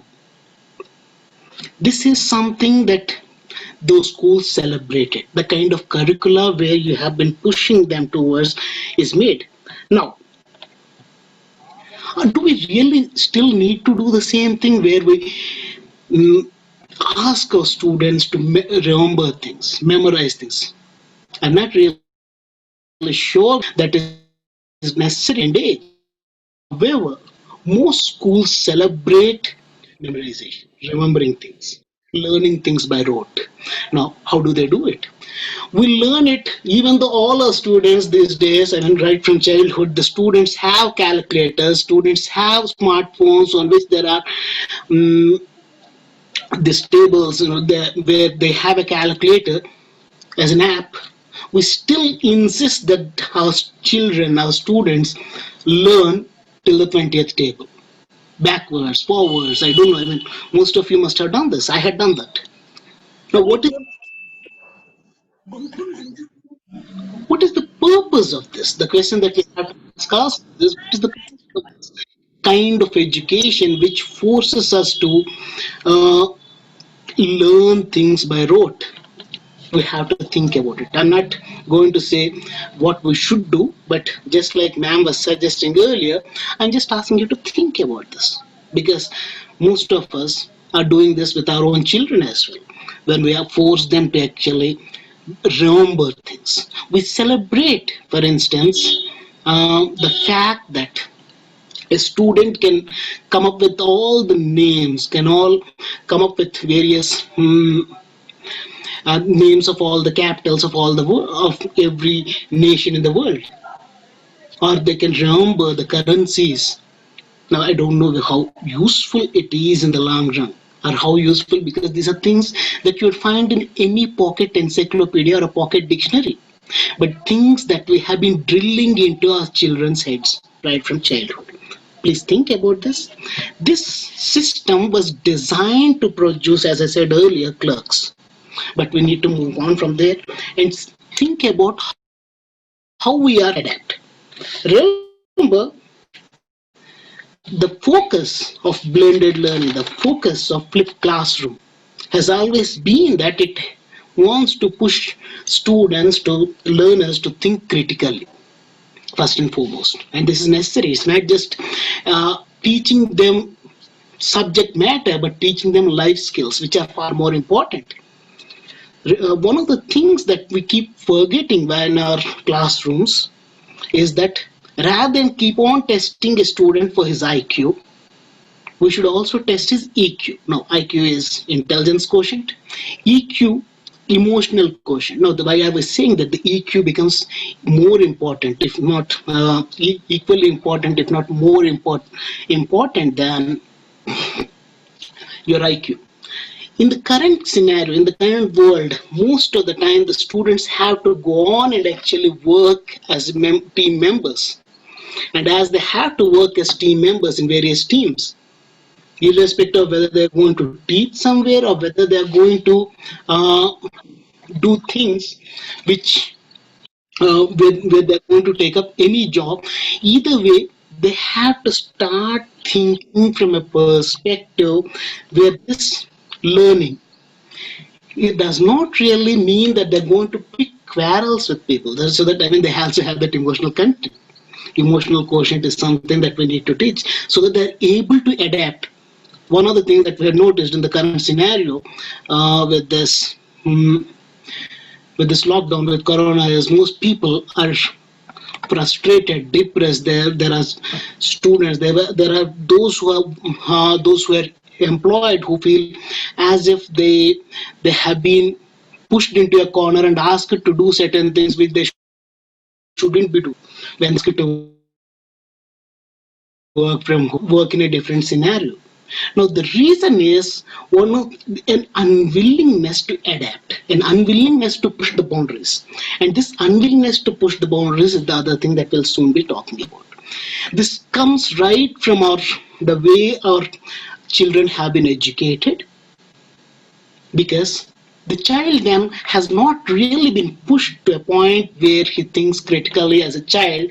As he grows up, and even then, he just prepares for an interview. He just writes an exam. He just remembers a few names and numbers, clears whatever entrance exam that he has to, and secures a job. Wonderful.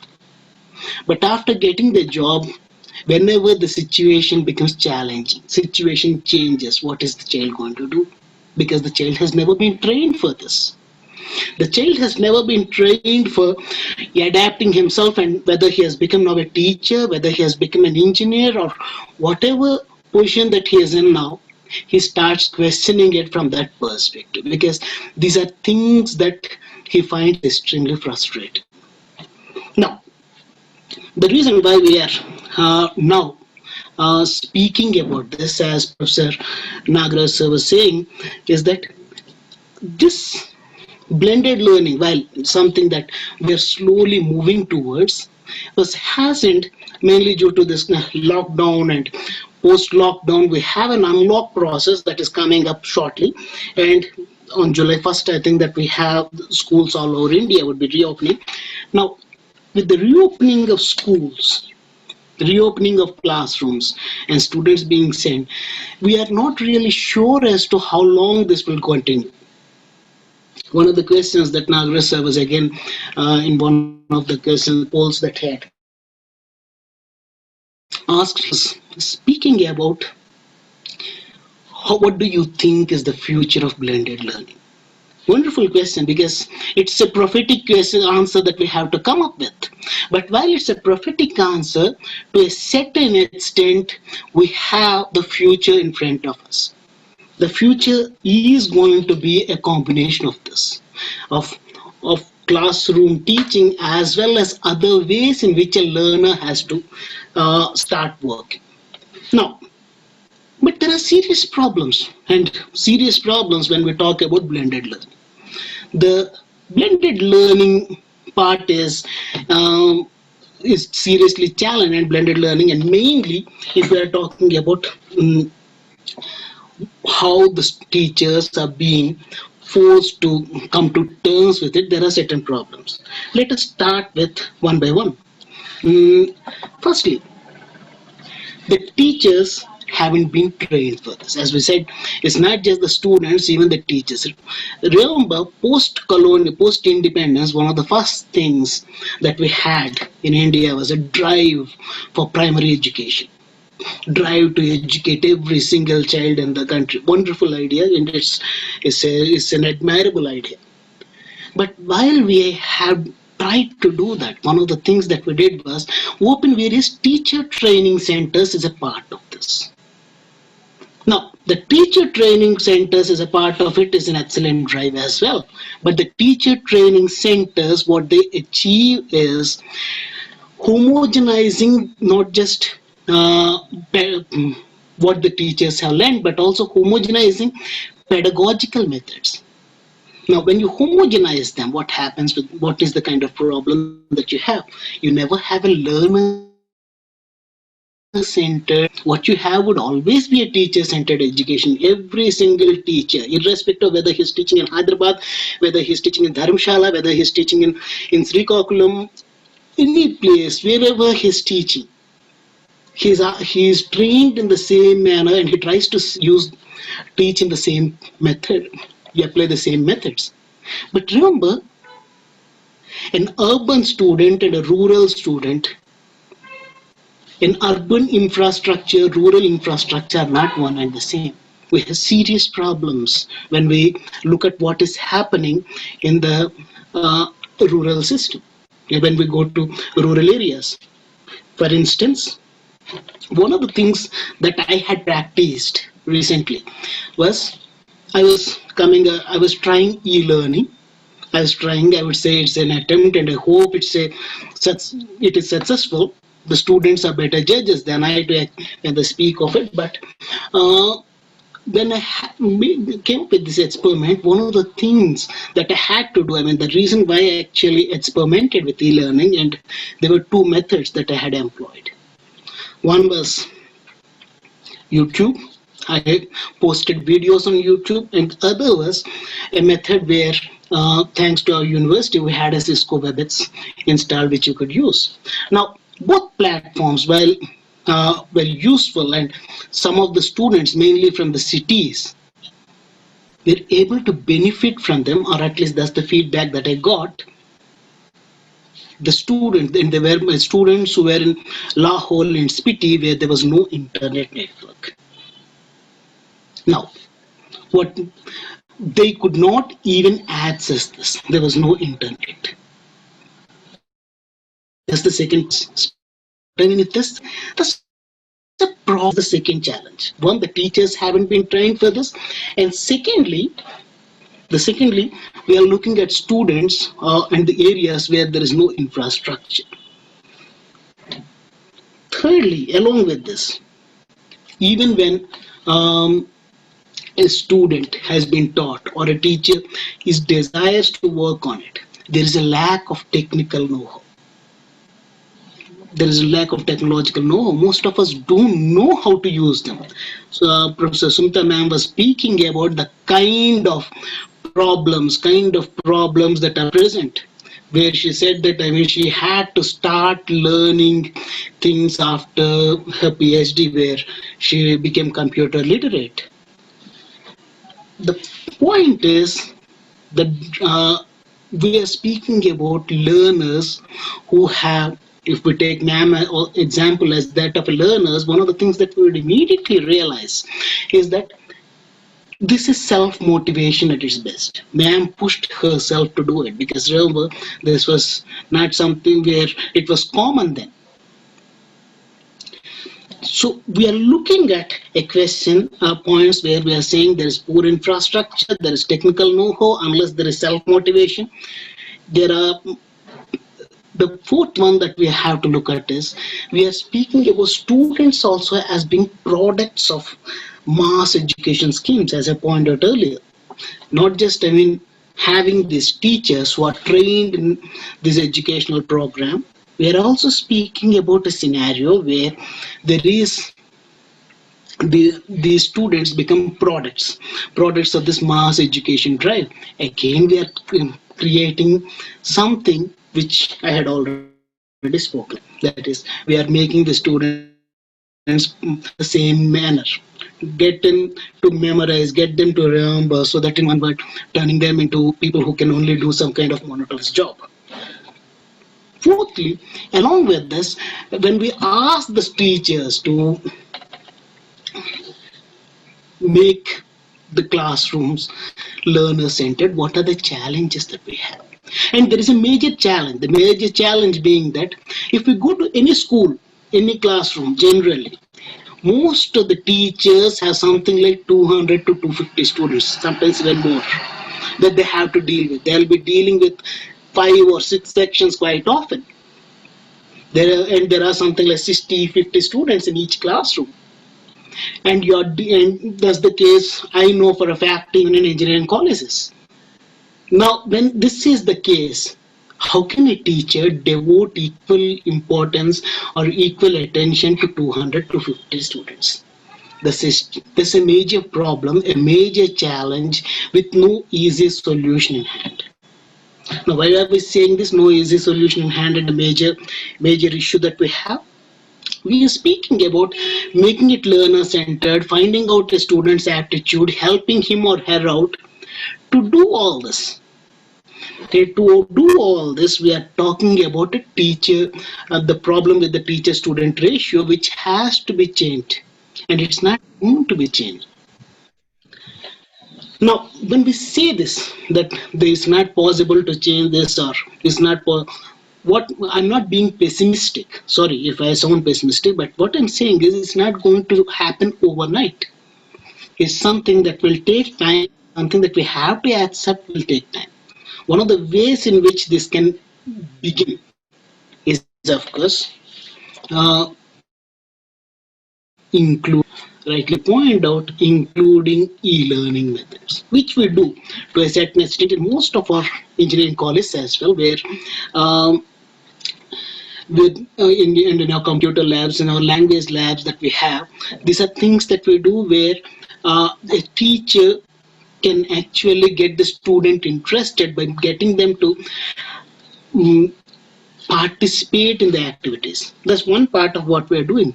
But the bigger problem along with all this is what we term as passive students. And the problem that I have been listening for I've been seeing in the chatbots again and again is the passive students that we have. Now, what do we mean by passive students? As I said earlier about critical thinking, these students are also have been used to be behaving in a passive manner. We hardly get proactive students. Now, what do I mean when I say we hardly get proactive students, or a student who starts taking serious interest in what he has to study? And this becomes even more problematic in the case of blended learning and flipped classrooms. Now, why I was saying in blended learning and e-learning, it becomes even more problematic. I can post a video on YouTube. I can give them a lecture. I can deliver them a lecture. One, lack of infrastructure, they might not be able to view this, but far more importantly, along with it, they might not be interested. They might not be interested at all. They might not even switch on the computer. They might want to play around. And secondly, even if they do have internet network and they can switch on the computer, along with my lecture, there are these which they might find more interesting. There are games on their cell phones which they might find more interesting. So unlike in your brick and mortar classroom, I don't want to call it traditional classroom, but brick and mortar classroom, where students are right out there under the watchful eyes of a teacher, and who are watching the teacher and learning from them. And therefore, you can tell them, mobile, switch off your mobiles, or put your mobiles on mute, or dump your mobile somewhere. You can give them those instructions in a brick and mortar classroom and force them to follow these orders. What are you going to do with e-learning, which is on the mobile? They can't put away the mobile, and you can't see whether they are actually working on watching the lecture that you have sent them, or rather watching something that they find more interesting. Ma'am, Sumita ma'am was speaking about this, and she said that the challenge is to create more interesting lectures or classes which are far more interesting. No. The problem that we have is this creation of interesting lectures or lectures which are or activity designed classes which will help the students, which will help the students benefit, is not something, again, we have to remember, something new for us. If we open most of our textbooks, but no, I'm not going back to their ancient epics when I say it's not something new to us, but when we look at our school textbooks, and most school textbooks have this, at the end of it, there is a list of activities that are given. The problem is, how do we use this list of activities? Quite often, we are slavishly following the list of activities that are given when we're teaching our students as to how to go about it. The activity also turns into a question-answer session. The activity also turns into not just a problem with assessment or evaluation, but the problem itself in interesting the student. For instance, there might be an activity which speaks about, write about Bahubali in 1,000 words or 500 words or 200 words or whatever. At the end of it, assuming that students would have watched the film and loved it. But remember, that would make sense when such a lesson plan is created or such an activity is designed at the end of it, or go to the exhibition in your town. These activities make sense when they actually happen, when at that particular time, in contemporaneous situations. Later, the later student, I mean the children who are going to read them, 5 years later we say, who wants to speak about it? Who wants to watch it? Because they are no longer interested. Things change. What interests the student, what interests the learner changes, and it also changes from child to child. Just like ma'am was speaking about earlier, even if there are 10 students, each of them would be a different activity. Challenge is to the kinds of activities, as Nagaraj sir was saying, one, but along with designing different kinds of activities, different kinds of assessment methods and activities, one of the things that we have to remember is the child also has to be given some kind of freedom as to how he is going to do this. Now that's one part of it. However, all this can only happen when the child, when the student, when the learner is not really scared of learning. The question here is not as to how to teach a student or how to get the students to learn things. The question is something far more different. One of the main questions that we have is students are not motivated, they are demotivated first and foremost, and secondly, this demotivation is something that they believe is because of the teachers. I'm not really sure I agree with this, but what I do believe in is in our systems where memory is celebrated, where remembering things are celebrated, where a student has never been challenged. I mean, we're talking about right from school level. By the time they come to university, they find different things that are challenging. We'll speak about it shortly. But at school level, when a child does not remember, one of the things that we encourage is corporal punishment. We have been, whether we like it or not, there are parents who said that you spare the rod and spoil the child. You have to beat the child, you have to spank the child, that's the only way to teach them. Now, what happens because of such corporal punishment by encouraging this? Because one of the things that happens after this is that due to punishment, due to being punished whenever the child comes up with what the teacher says is the wrong answer. Please remember, I'm not saying what the student says is the wrong answer or comes up with the wrong answer, but the student is never encouraged to substantiate his answer.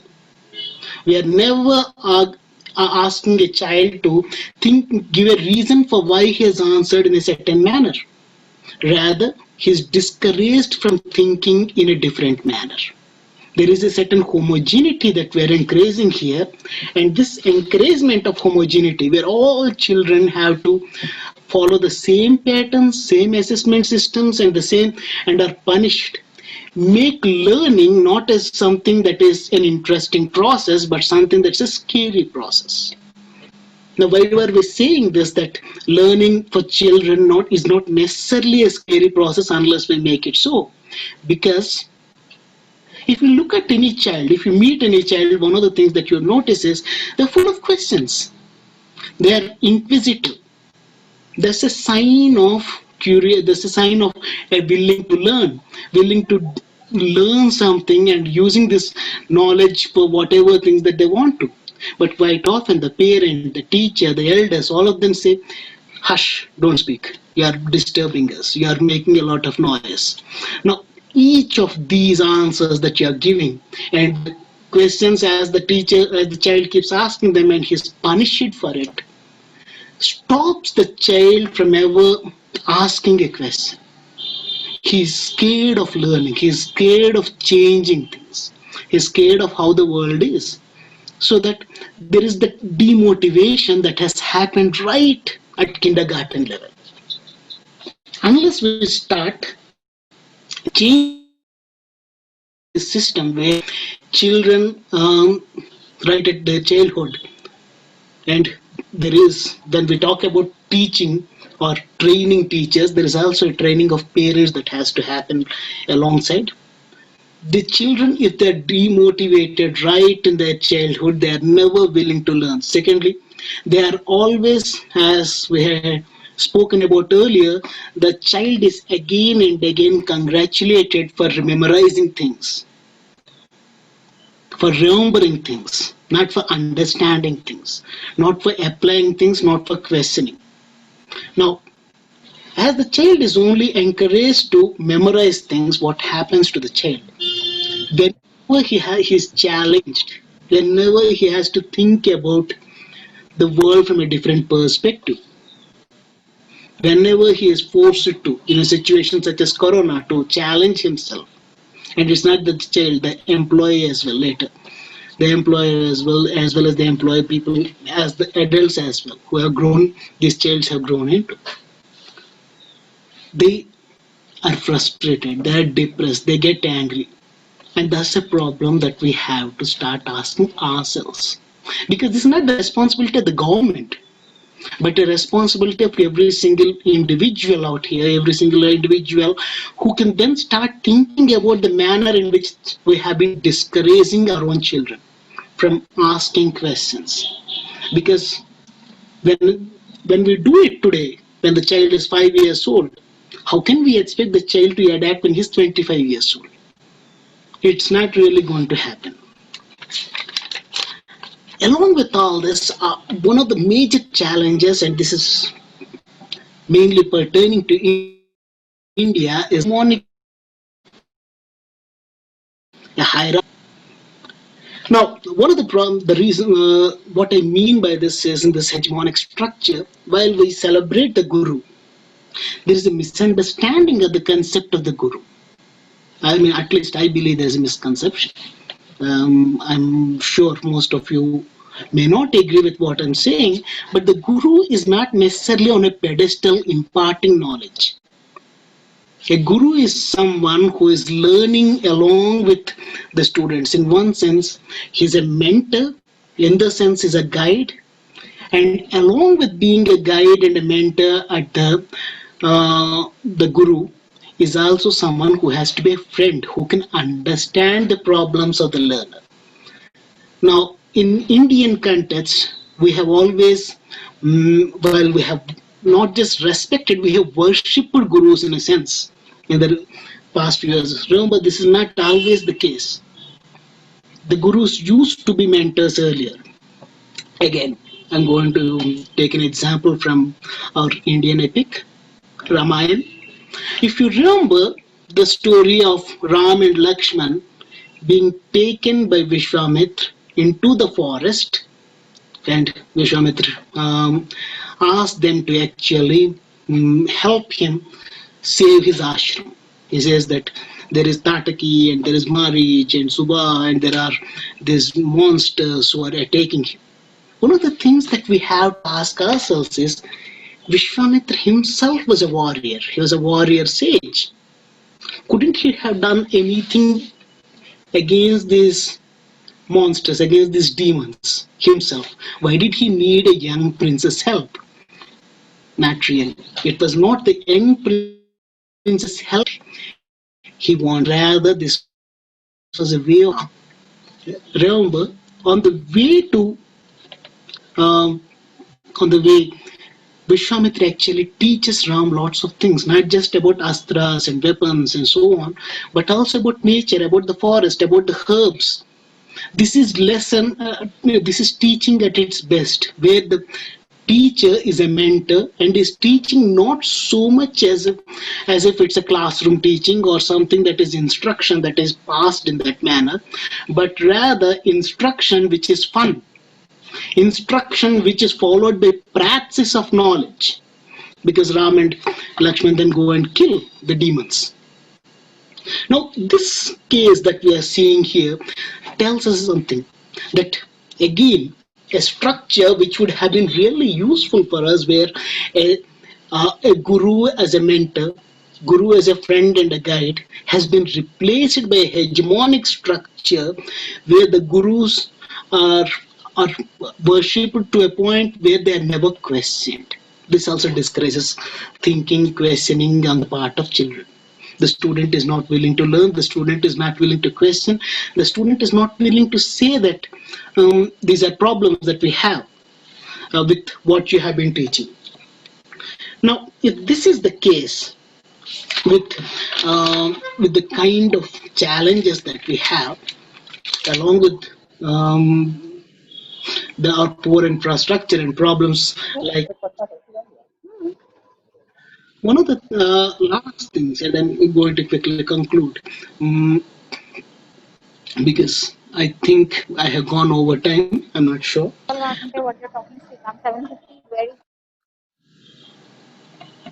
Yes, ma'am? Okay. What we have to do is turn the teachers not just into mentors but also facilitators. He has to facilitate learning, and how are we going to do this facilitation of learning?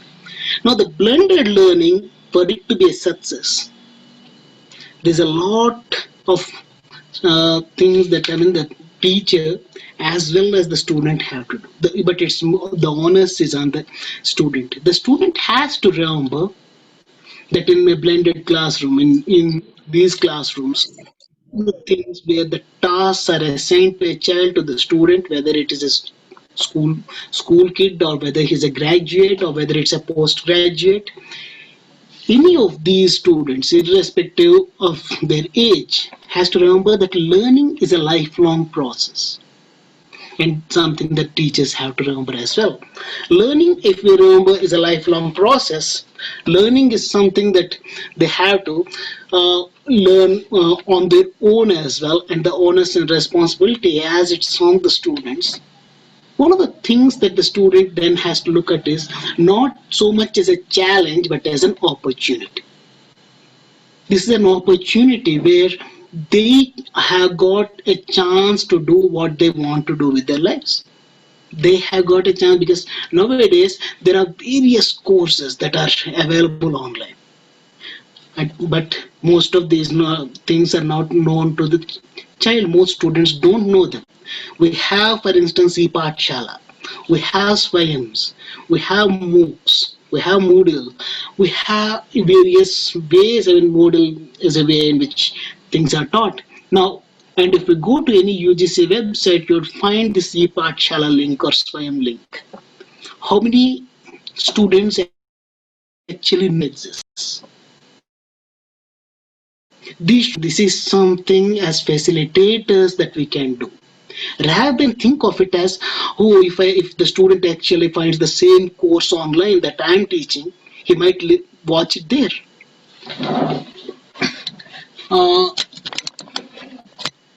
one of the things that, can you hear me? Okay. One of the things that we have here then is, if the teacher start thinking in a perspective where he fears that the students might be more interested in an online class conducted by someone else rather than the physical classroom in which he or she is teaching.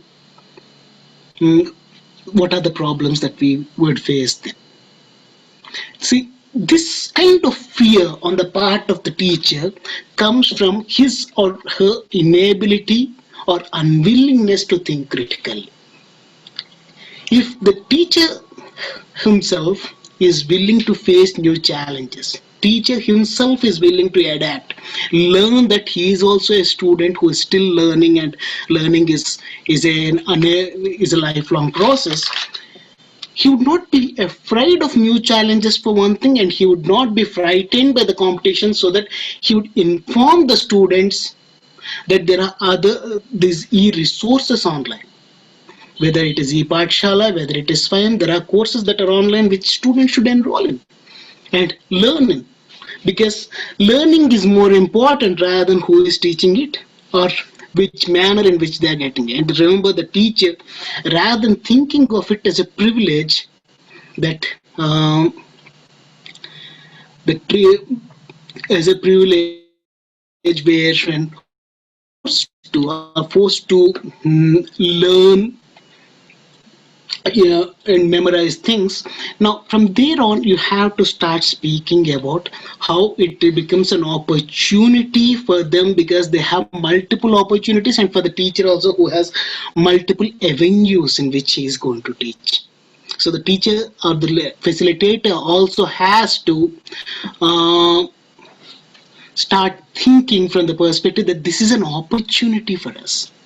Unless the teacher starts or the facilitator start thinking of this as an opportunity, the student is always going to think of it as a challenge. Because if the mentor, if the facilitator is scared of the subject that he's teaching or the manner in which the students would react, the student would never learn. The student wants that sense of confidence, so that he too believes that there is something that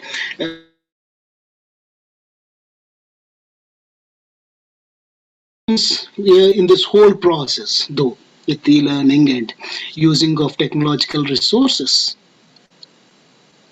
is that one of the serious problems would be our e-democracy is still a distant dream in India. E-democracy is still a distant dream, but most of our students do have smartphones. They might not have internet network, as ma'am was speaking about, and as we had thought of a bit earlier as one of our challenges. Most of them do have smartphones, and the students, if they start wanting to take responsibility for their own lives and think of teaching, think of learning as something as being scary, but rather something that is something that is enjoyable, that will be the first step where they use their smartphones to start learning.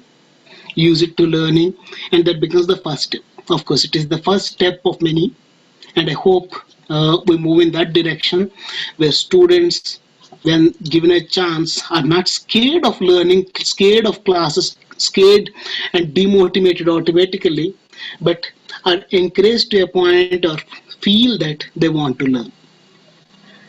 With that, I conclude. Thank you. Any questions that we have?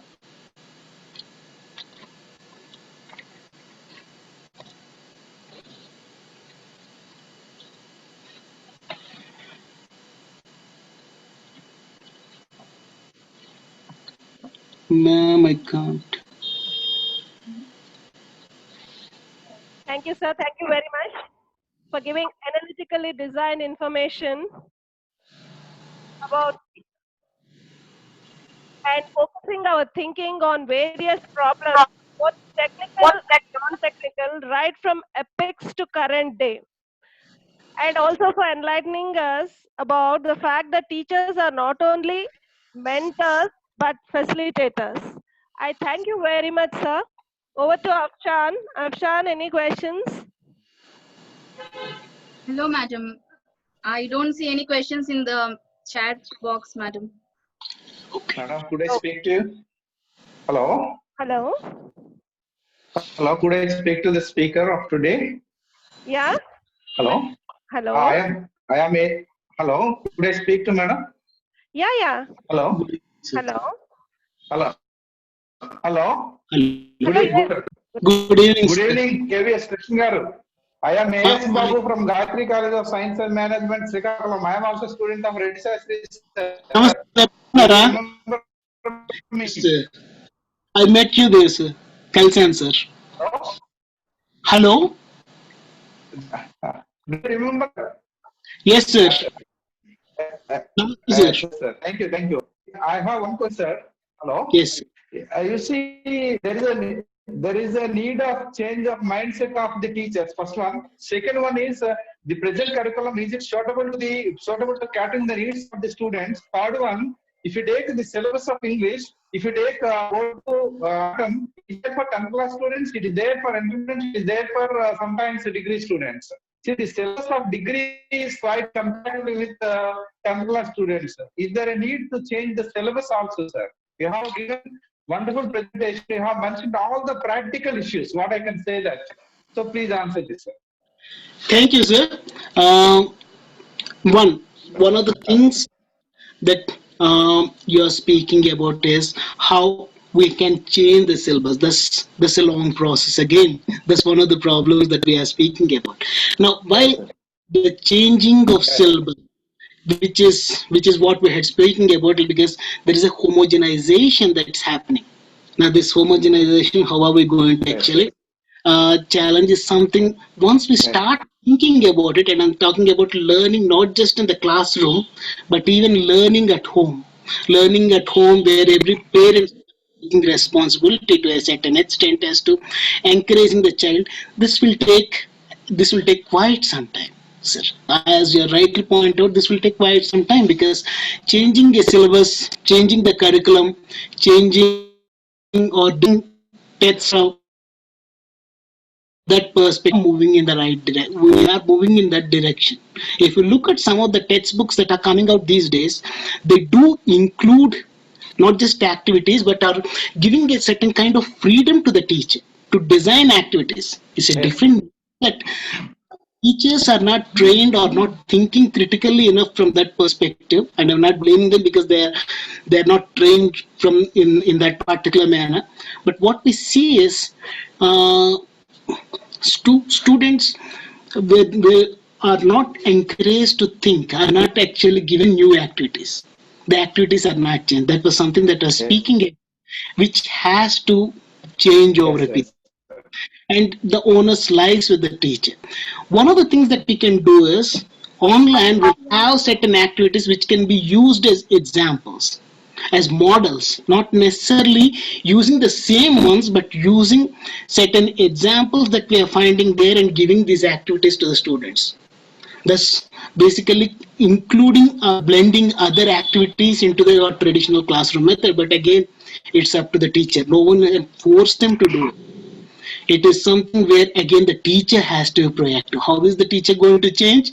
This is a generational change, sir. This can't happen overnight, and this won't happen overnight. It's something if we start by doing at home now, the children would start practicing even when they're grown up and they'll follow it. I hope that answers the question, or was there one other one? Another point, sir. Another point. What I observed from you, most of the teachers, we people have lost reading habits, sir. That's also a problem for teaching today. We don't want to refer any book simply based on the textbook and go to the class. How can we find innovation in our teaching, sir? That is also another problem. What I observe, I have been observing for the last 20 years, especially in teaching community, because I feel insert in this particular area also. Do you agree or not, sir? Yes, sir. You're absolutely right, because one of the things is most teachers have become slaves to curriculum. I might say that slaves to the syllabus or course content. Now, when I say that they have become slaves, I'm not meaning in a derogatory manner, but there is an insistence, and this is even more the case with in various technical colleges where I had taught, where there is an insistence on completion of a certain course content by a certain period, and for English teachers, it's even more so because they feel that you quickly complete your classes so that the more important teachers can take.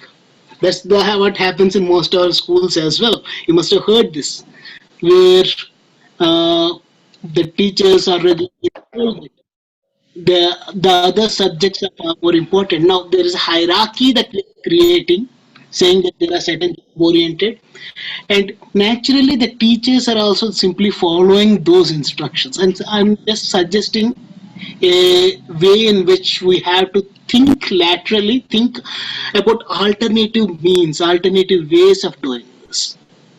This is what we are seeing. Any app, and I see another question here as to Learning Passport, Gurushala, and other apps. Any app where the student is driving himself, pushing himself, helps him to learn. Whatever the app is, it's a wonderful app. Any app that helps the student to learn. It's basically it means that they have designed, whether we have this Byju's for instance or any of these that we had, most of them would enable the student to learn. I think it's a wonderful app or a wonderful process. One of the questions that I'm seeing in the chat box and I'm answering immediately. But the point is, these are things which are complementary or supposed to be complementary.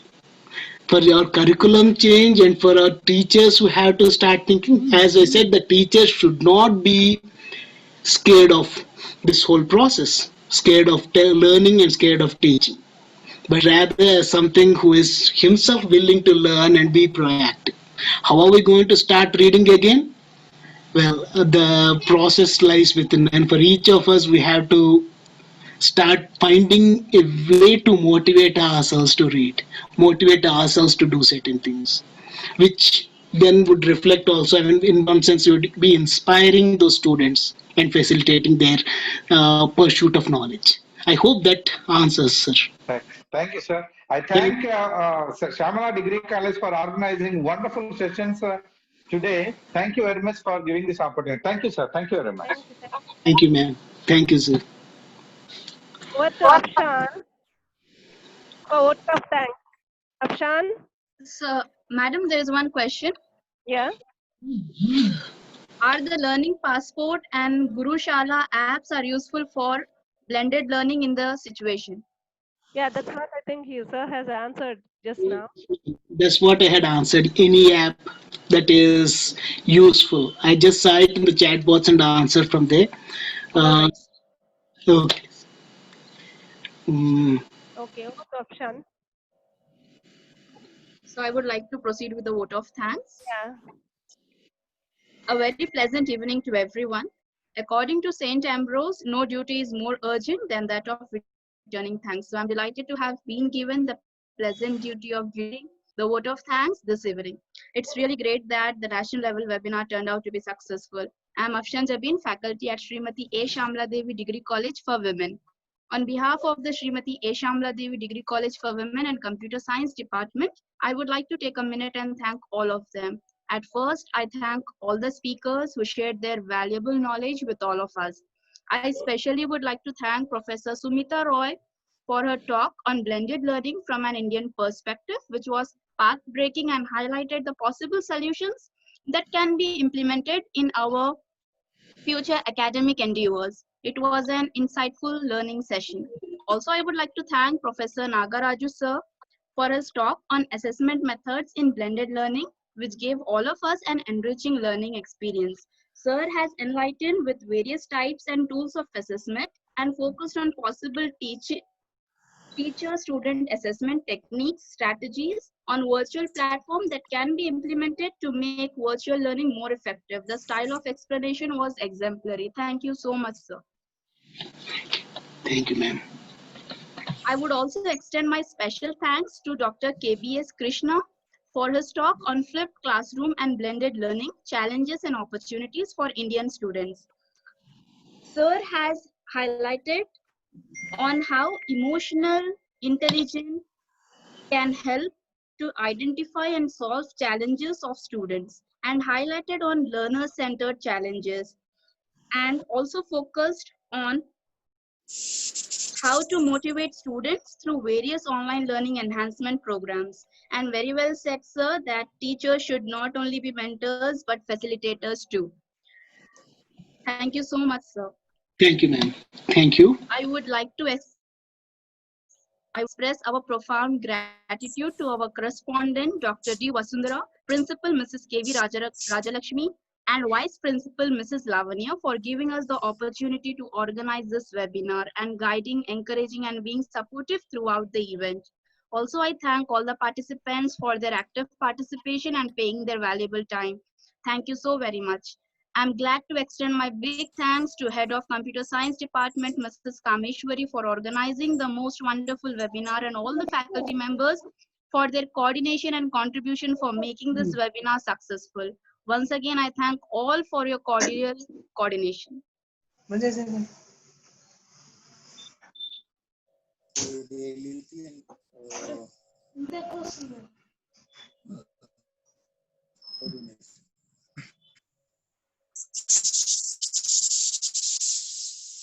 Kameshwari ma'am, please unmute your mic.